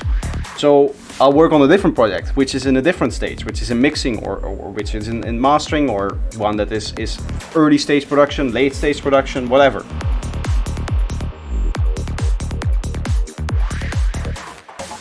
Even if you have limited time, the amount of time that you spend on each project will be the same, right? It's just that you overlap all of your projects.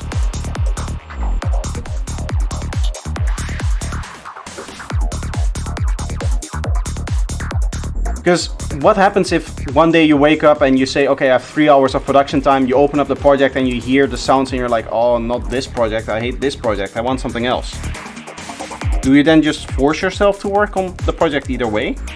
To keep your one project at a time thing going? Or at that point do you say, well, I might as well start a new project?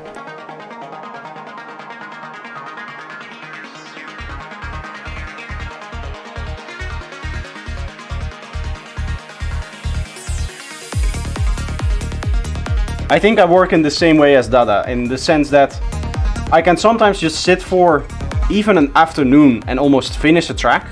And then there's other tracks that have been on my hard drive for 2 years and that I have actively like wanted to finish for the whole session. Like the EP that just came out, right? The opening track in the beginning. I started work on that December 2021, I think. No, December 2020. No, 2021. It is 2021. Because in 2020 I was still living in, or just moved back from Budapest and I was still studying. So it's December 2021. So almost 2 years ago now.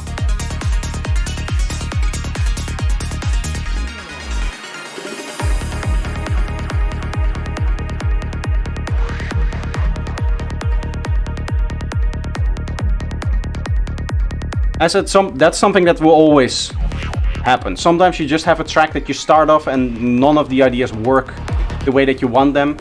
Nothing sounds the way that you want it to, and then you just give up. No, I'm certainly not releasing my rubbish. I mean, just throw it on SoundCloud and put a little cover thing on it. When you're beginning out, one of the reasons why you would... I haven't talked about this track at all, by the way. Other than saying that you should have it mastered. I think you have nailed it in terms of working out all of the details. I think all of the things that you said, or that I said that you should probably change about the track, have been changed. And overall the track sounded very, very nice. I would argue that me not saying anything and me not hearing anything about the track, part of it was because it was low volume. But the other part was there wasn't really anything that stood out to me, so I just felt like comfortable, talking. One what I wanted to say about releasing your tracks when you're a beginner is that when you're a beginner, you don't know what you should improve. So what you need to do is you need to find feedback from other people, right? And the best way to do that is to post your tracks, to release some stuff. So as a beginner, the goal of the release is not to make it with the release. It's to hear what am I doing wrong, where can I improve things, and then for the next one, you continue from there. And to be honest, that will always be a part of the releasing idea. Even for me, still, like every time I release something, I go into the comments and I check all of the comments. And if there's 95% of the comments are, I really love this and it is really nice and good job, thanks for making the tutorials, making the music, whatever. And then there's the 5% that are really interesting because they point out like one thing that they don't like. This is a great track, but I don't like the way that you're handling this. This is a great track, but I don't like the way that you're handling that other thing. Those comments are much more like helpful when you're learning, when you're starting out, because it gives you direct feedback. You have, okay, this is what I have, this is what the person doesn't like about it, what happens when I change that, what happens when I don't do that in my next production. All of those things you can just use, right? It's the best feedback that you can get, because it's from people who actually want to listen to your music when you're releasing the music.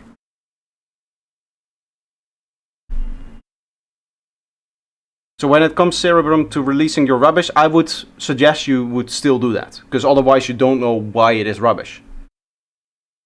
I mean, you'll slowly get better, but it's just much easier if you just have somebody listen to it and they'll just tell you, this is what you need to change. Kind of like I'm doing here, but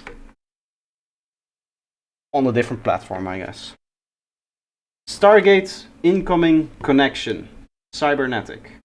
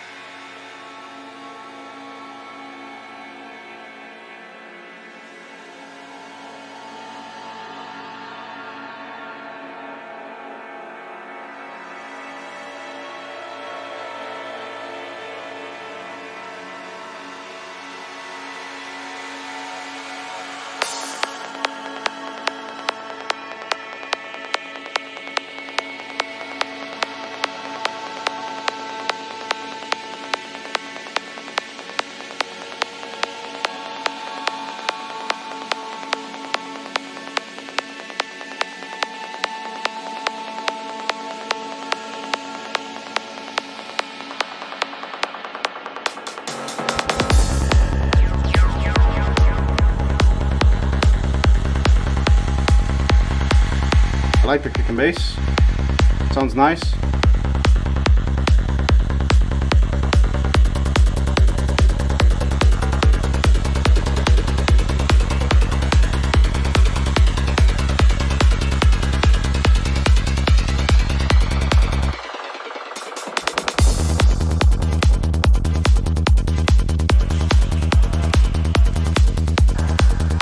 When it comes to like the energy level of this track, do you hear how every time it just goes up, goes up?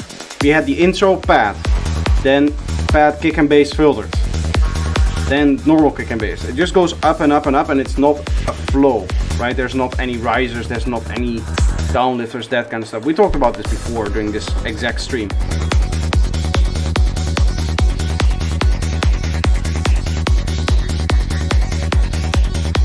This is a track where everything exists except the progression. Like, this is, for the rest, it's a normal sidetracks track. It even sounds, you know, properly mixed. I wouldn't say like perfectly mixed. I think the hi-hats could have a little bit more space. Just some more high-end, some more standing out. But the main thing that you don't hear in this track is anything happening. It just kind of appears, right? Like, it just spawns out of nowhere. There's no announcement, there's no rising tension, there's nothing that prepares you for the fact that something is about to change in the track.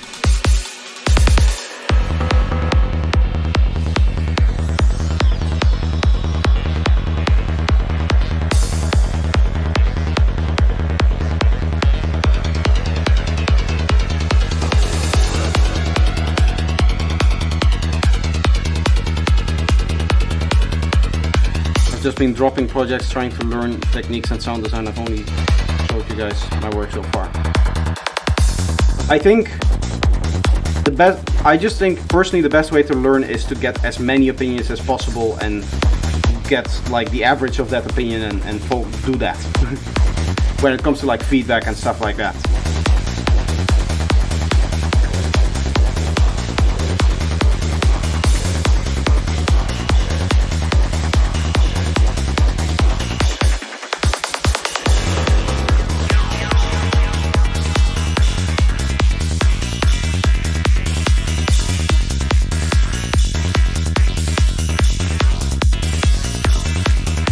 That one synth sounds a bit strange. It just kind of happens melodically, I would say.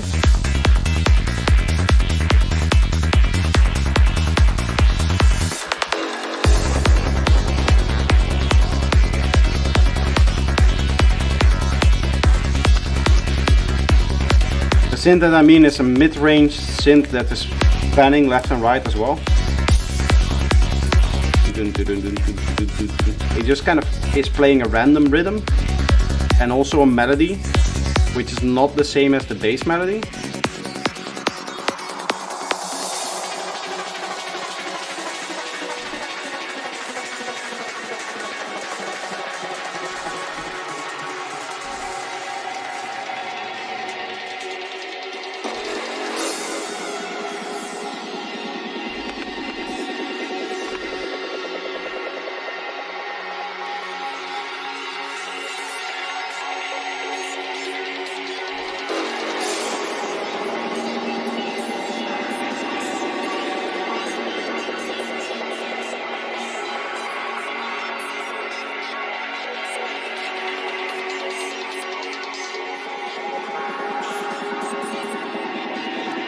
Energy wise, we're just flat now. We're just flat.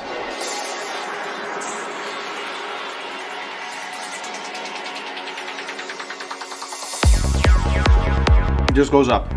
Very little announcement. In this case, we had a crash, which is 2 beats long. Energy level stays like this. Goes up a bit with that synth. This is the synth that I mentioned before had a completely random melody to me.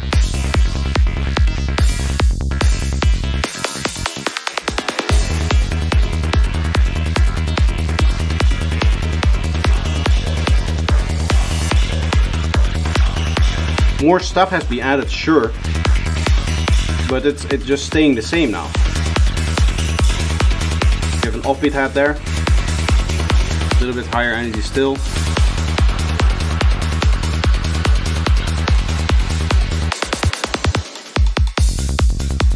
Low energy again. Fewer synths, fewer stuff overall. You still have the hi-hats and that stuff, but that's okay.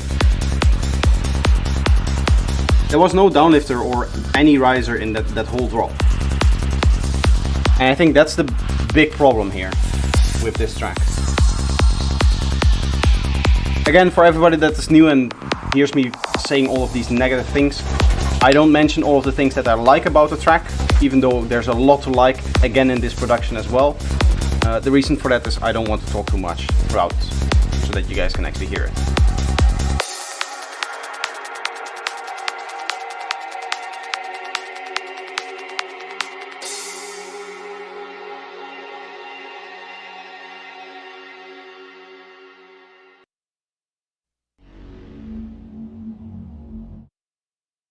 Okay, looks like this will be the last track. I'm actually going to stop streaming after this one. So this is Acid, Heroic Dose, obviously Space Riders, as he is known. This is Heroic Dose, A minor, 140 BPM.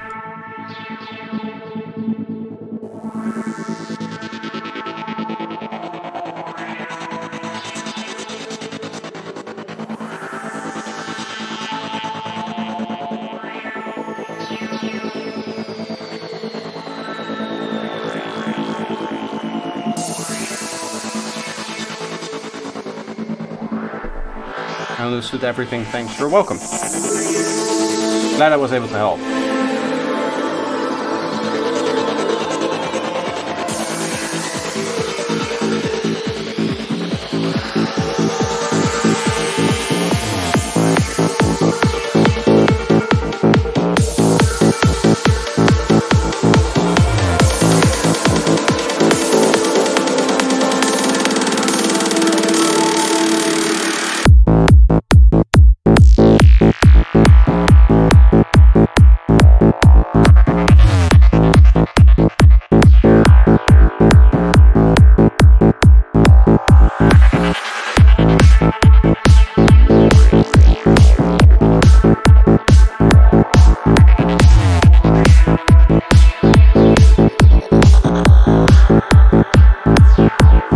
Nice and clean.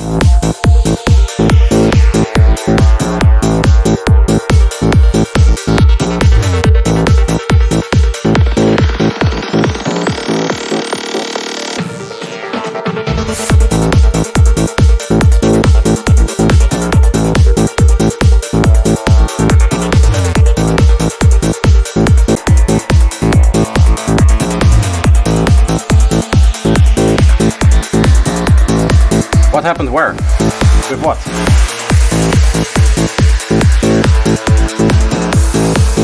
Oh, I'm sorry. Probably some internet connection issues like always. Hopefully the new apartment has fiber optics. Then it won't never happen again. Today we are discussing psilocybin. Psilocybin is a psychedelic that modifies the psyche. So here the vocal is low passed as well, right? And there's lots of high energy stuff on top of it. You want to give your vocal more space in this case.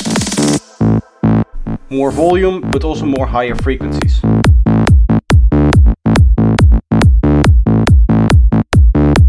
I wonder what kind of waveform this is. Today we are discussing because there's that very comb filter sound to it.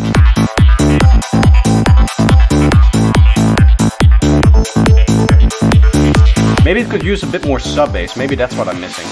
Psilocybin is a psychedelic.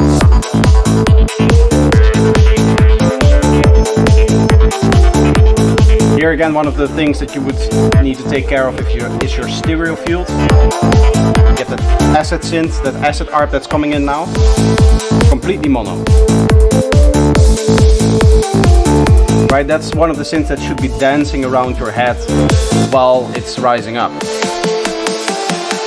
The sound that we hear now. Let's stop right there at the end of that filter.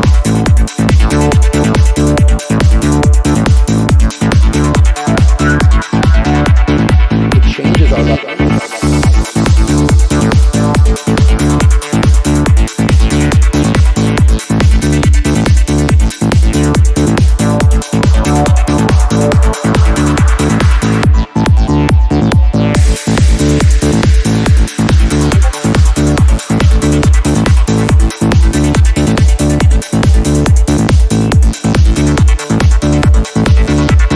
Cosmonome has another submission.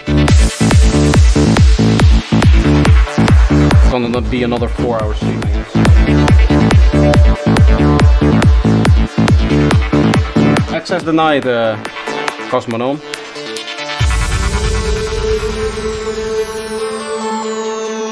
I need access.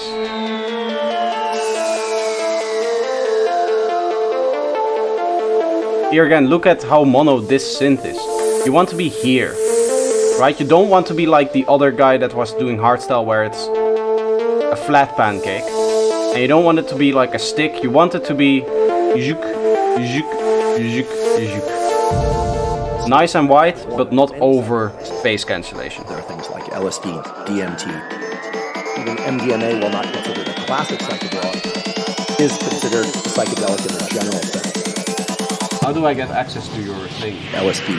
Do I have to request it, or can you send another link that I can just play? DMT.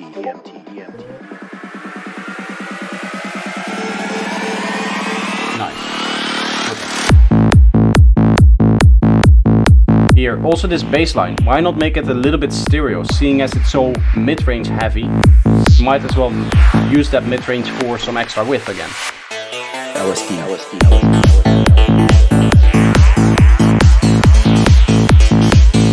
Good plugins for that, you just need some stereo wideners, like 3 or 4. Wider by Infected Mushroom, especially the version number 2. M Stereo Spread, it's amazing. M Stereo Processor or Ozone Imager or any other multiband imager for once you have the stereo generated, how do you spread it out if you want to do that. Other ones, BX Stereo Maker is really good.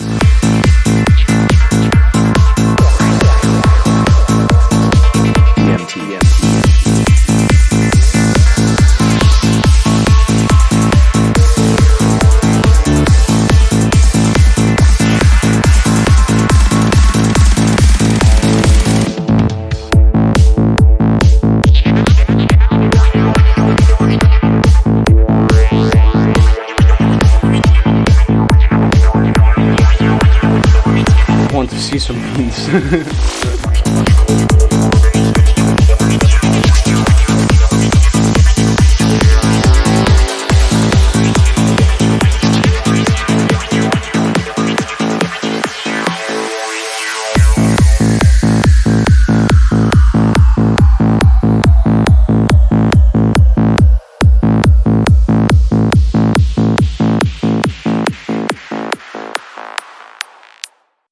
Nice.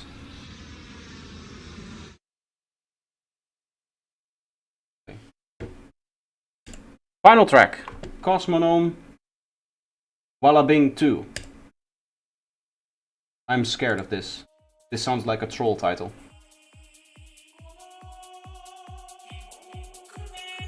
Wallabing 2.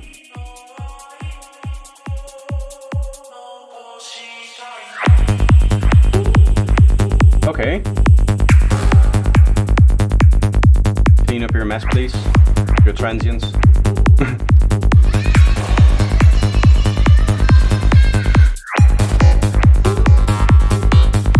For the rest, it sounds really cool. The sound design is very good. And you clearly pay attention to the details. You could hear that in the little pause that you have there. Stereo analyzer, all of them are signalizer. These are just signalizers with different presets on them. So this is signalizer in vector scope mode. And then you can change whatever you want. I'm sorry I didn't see your message earlier. Also, welcome to the stream, by the way.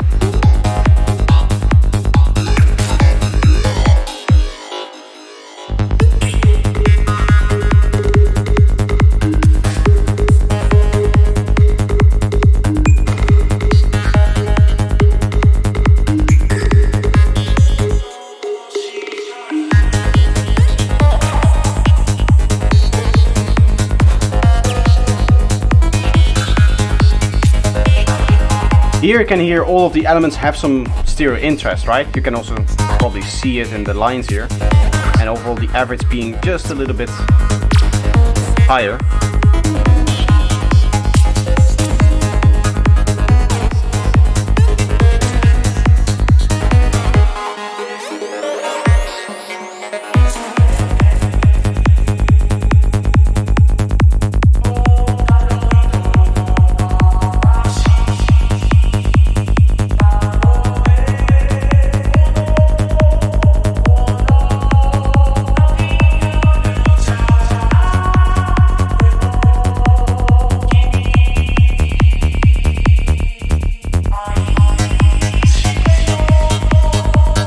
This part is really cool.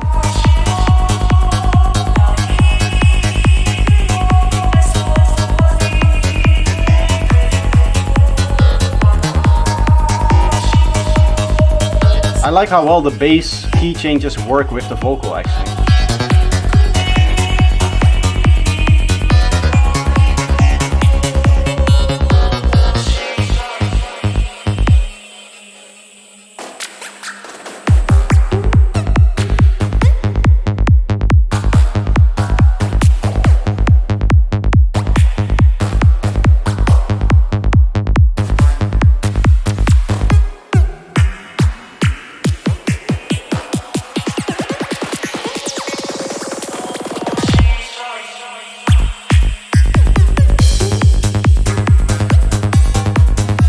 little bit strange structure-wise, but I do like the flow here. I like the little detail things popping up here.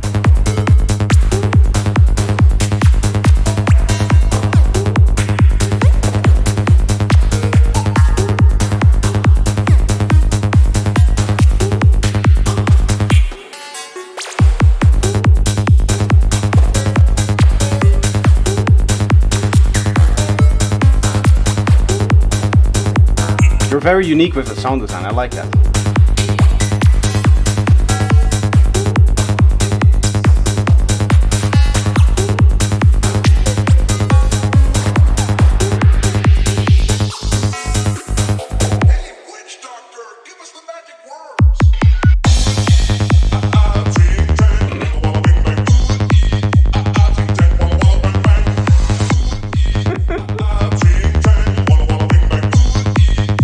I like that you put a smiley face in the chat right before this was about to play.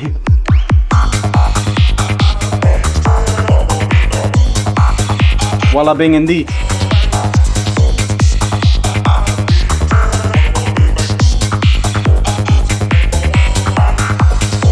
Watch a man dance while the copyright claims flash in front of his eyes.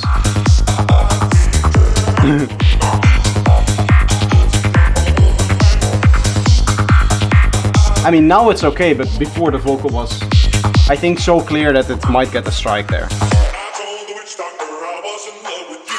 Here as well, yeah.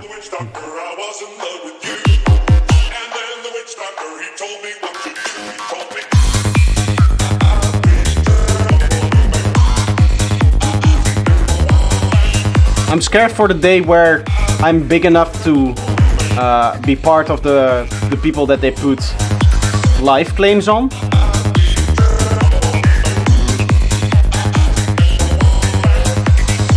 Because that's something they can do.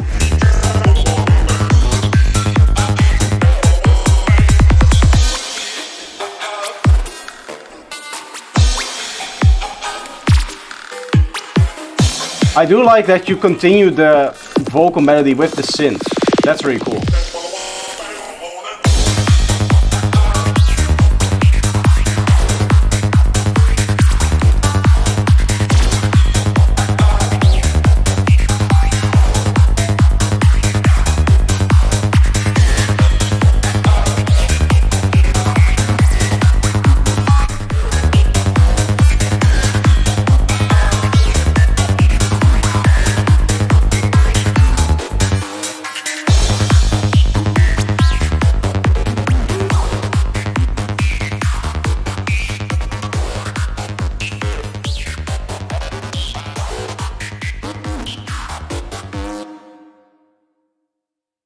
Nice. Cool. Very cool. That was the last track. That was everything that we had submitted today.